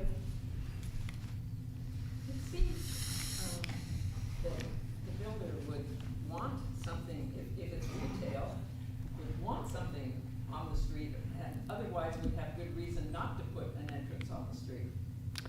It's a good guess, but the pit is being proposed right now as we speak, with some of the entrances not on the street That's inside, right? No. The corner. Stores that are facing the street have entrances not on the street. Right. And I would suggest, Carol, the reason they would do that is they get more display area by having all the frontage on the street and the door around the corner. I think that's exactly why they're doing it. You can also maximize your overall footprint. I think that way as well. Sometimes it's related to topography of the street too. I know, for example, the Court of the Fountains, I think the two main stores don't have entrances at the street. You have to go around the corner into the courtyard a little bit to get into the, so there are precedents for that. It doesn't seem to be that problematic. I don't know if you want to regulate it that strictly, but. You can imagine, let's take the worst case scenario. You can imagine a building that occupies quite a bit of the street and has no entrances on it. That's a problem, yeah. And then because it's a large enough building to have a courtyard, they say, you know what, we just want to activate that courtyard, but we will not activate the street. I think that would be a loss to the Carmel downtown. So somehow we have to figure out, and I think it's actually not that far from what we have here and in all the drafts. It puts us back to the whole scale issue. We talk about residential, people are bringing up scale. We talk about commercial, people are bringing up scale. Every issue, I think, that we have with the pit kind of circles back in some way to scale. Maybe we need to make sure we're being clear on scale. So, go ahead. Sorry, one of the things I'm noticing here is that since you have another controlling here, it says recess entries to commercial storefronts. So when you drive that entryway out onto the sidewalk, this is another sort of pitch for we should make that more preferred. Then you build in that recessed entry that then gives relief to the front of the building and makes it less of a wall on the street line. So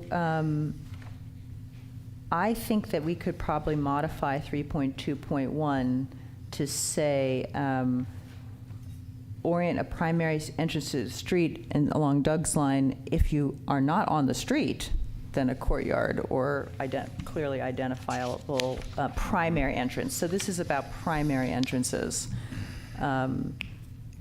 So that definitely. Maybe we could say unless, because I think Eric's example of the Court of the Fountains is a good one, because maybe we could say something unless limited by topography. Yeah. Because those stores wouldn't be able to put something out on the street. They just wouldn't be able to.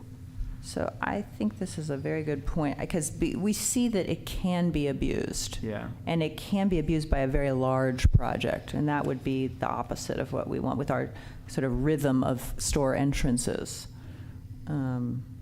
Okay, face the street, so it's primary. And of course, doors are one of the primary means to convey scale. Right. The human scale in a building. So it's basically, if you don't have a street face, then of course, courtyard or et cetera. Okay, good point, everybody. Yeah, that's a real good one. 3.2.4, this may be, sorry, go ahead. I was going to go back to the first part. Go ahead, Eric. Sorry, I think the locate new building to reflect established alignment patterns makes a lot of sense. I think I'm just bringing this up as an issue in general. I think that's true. I think now, though, you're trying to create more housing downtown and things like that, where you may have a block which has quite a lot of one-story buildings on it, and it may be, and the height limit is 30 feet, or if they don't expand that. And you're saying the property owner then has to, you're basically not in an ordinance, but through the guideline, setting a height limit. So I guess, is this more loosely done so that it's, planning commission can interpret that in a way, or is this going to be very prescriptive and, if you're in a one-story block, you can't do a two-story building? Ironically, you're segueing into something, so hold that thought, because I was just going to say that I have this placeholder here at 3.2.4 on entrances, so a slightly different topic, but it says clearly differentiate entrances to upper floor residences from those of commercial storefronts. That's already true downtown, but the reason I added it personally was as a placeholder for discussion around future residences above. Because that is something that we have not really addressed as a building type.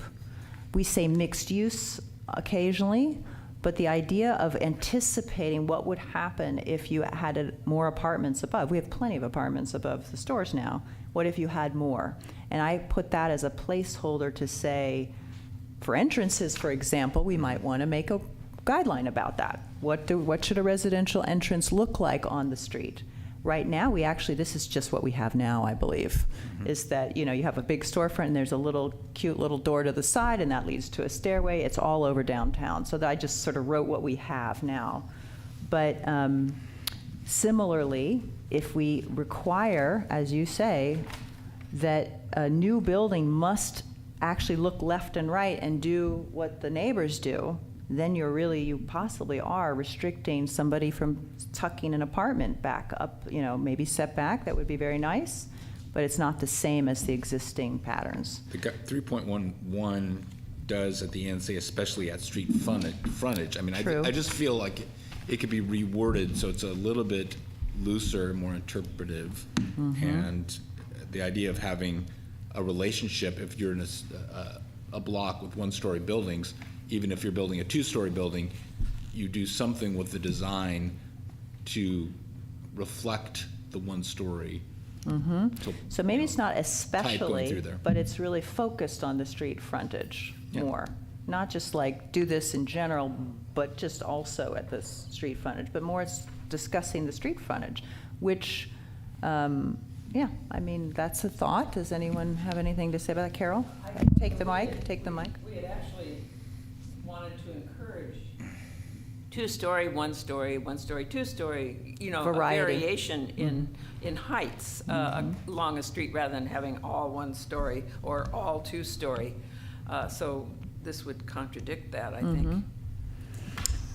Yes, and again, this is in the February 9th draft, virtually unchanged in terms of content. So maybe it is not roomy enough for what we need to do downtown, or what we anticipate doing downtown. So I also think you have to play it out. So if you have a bunch of one-story buildings and you have some rules that say, well, we got to do a little bit more, so we'll allow them that are kind of one-story, but really they're two-story. Well, then the very next building that goes in is going to say, well, that's a two-story building.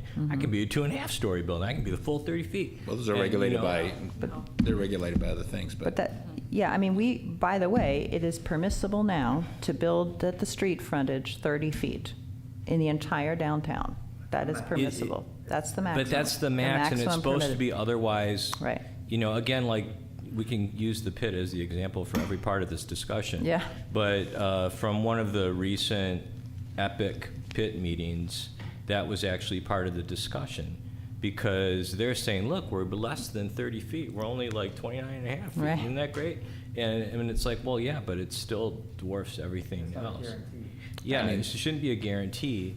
That should be all things working out per the guidelines. Yeah, maybe you could do that. And my point is just that as you increase the scale of the block incrementally, then each new building can creep closer to that 30 feet, and pretty soon you're in downtown Monterey. So I think we just need to be careful about overbuilding our town. So this, to me, this is a plug. Can I just add something for something we've been requesting, which is the buildable envelope diagram as a design guideline. So that might address things like setbacks and making sure that there's a gesture to a one-story element if it's there. I agree with the comments that this is somewhat vague and at the same time restricting. So it's convey the height by keeping the apparent height within the height range established by adjacent nearby buildings. It doesn't really help you that much to figure out what your height of your building should be. And at the same time, it seems to tie you to your left and right neighbor in weird ways. Dawn, go ahead. Here, you've got them. On starting at the beginning, 3.10, locate a new building to reflect established alignment patterns. Should that also include something about massing and maintaining the character of the street? The reason I bring this up is doesn't occur in the residential design guidelines where you have infilling and you want to maintain the neighborhood character. We need the same kind of statement that a new building on a vacant lot or a tear down needs to respect the volume and the massing and the character of what was there before. And reflect is a nice word, I think. You know, it reflect, using that term like is used here is a nice way to do it, I think, because it does give some flexibility and interpretation to what you can do there that I think gives enough space to do something decent with it. I mean. So we like 3.1.0, but we're having trouble with 3.1.1. We're adding what Dawn is talking about. That sounds fine. Well, and I think, if I could, Dawn, what you're saying is you're almost trying to like flesh out or bolster 3.1.1, because that's kind of what 3.1.1 does. Is it's saying reflecting the character, the height, the mass of the buildings that are on either side of where you're proposing to build. So that's, I think I understand what you're saying. Is that fair? Does he have some verbiage here? Are you writing this down, Dawn? Okay, Dawn's writing. In order to, that's okay. We'll throw it out there. In order to maintain neighborhood character, consider retaining past. Is that what that says? Yes. Footprint and massing, general style of structures to be replaced. So he's basically saying new buildings, this is a slightly different point, but new buildings should have some trace of the old building that they're replacing. Especially where it is residential. This is residential?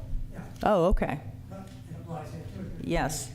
So that's a different observation, which has to do with, certainly the pit is another, again, our star witness here for this whole process, is that what was there before is not anywhere close to what is being proposed now. That's for sure. It's a complete remake. So the idea of looking back to what was there before is certainly, that is a concept that I have not seen anywhere in this guideline ever. But that doesn't mean it's not a good concept. Yeah, what was there before wasn't necessarily, I don't think it was a great building. No. Mm-hmm. And I think there was, the interblock walkways seemed to make sense, but I know when my design for that site, I was very careful about designing the first on the corner has a one-story element that reflects what's across the street. The second building that was part of the one building but was added had to be differentiated, which I tried to do, and then the upper portion was an open frame. So there's this open, breaking up the mass of the upper level, even if the frame goes a little bit higher to the main part of the building. So it did make a gesture to the one story across the street, and that's what I think can work, I think, as a design element. Again, I think if we had a buildable envelope that told us about setbacks, and if we maybe strengthen the emphasis on the street frontage, so we have a strictness about the street frontage, so we don't make somebody build exactly what was there before or exactly what the neighbor has. Yeah. But that we talk about respecting the street frontage, a little bit more emphasis on that. Then why even have any language in here that says it has to fit into the block? Because when we have these sorts of rules as we're describing them, everyone's going to buy a property, use those rules, and max out their building based upon those rules. And so what you will end up with in 10 years or however long it takes for buildings to change hands is a maxed out block with everyone building to the exact max. You know, once the pit goes in, I can go in and say, well, I'm going to match that, right? Right, You right. let them do it, let me do it. Right. And then pretty soon, everything's built up. But How do again, you prevent that from happening? It's called a buildable envelope, and that is something, a tool that we have explored with Nori in past meetings that we have been asking to see as part of these guidelines, so that we can actually tailor the buildable envelope to have design qualities, not just numbers, but design qualities that might have to do with setbacks, that might have to do with variation along. So would that be specific to each site, or how would that?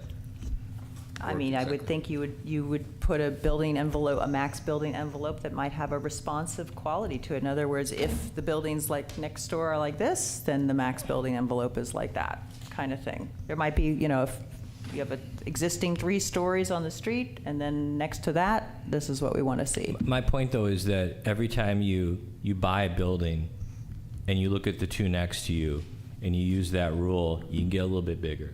And then the next one can come in and get a little bit bigger. That's how And it I is think- now. That is what's allowed now. So what we're trying to figure out is how can we prevent that from happening through a design guideline? Well, I mean, then you have the contradiction. If you want to build more housing and you want to get people living downtown, you're going to have a densification of what's there. So I know everyone likes all the one-story buildings are in town, but maybe the ones that are not on historic districts or not significant themselves need to be a little denser. We need to have maybe not the extent of Monterey, but I mean, I think if you start to put in a policy where we actually want to just make sure the mass where I would argue it belongs is in the central commercial district, if you start trying to restrict that as well, then you're up against policies where you're trying to actually improve the housing situation in town. Yeah, it's sort of state law issues.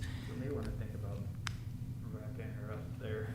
Wrapping up there? 12:30. Oh, it's 12:30? You would I have was to come thinking, back, yeah. I was thinking, I don't think I ever fully understood what we meant by going past lunch, but, I think we said 12:30 at the time. did we? Yeah, but, So let's, I don't think, there's no chance of getting through 3 probably then, but that would get us halfway through. If you want to stick, can we stick around for 3?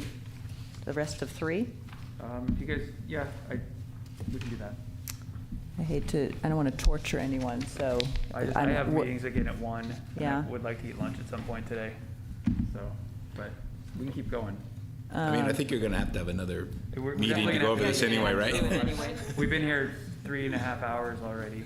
Cut it off? Okay, we're getting votes for cutting it off, which is fine. So then that goes back to my earlier beginning point, which is if we're not going to get through this because there's some larger issues, not just this, to get through, and then we spent an hour debating something that was not on the schedule, I think we could have gotten through this, actually. But anyway, that, we do need to, we have set a time and date, and we can, pardon? That's a ways out.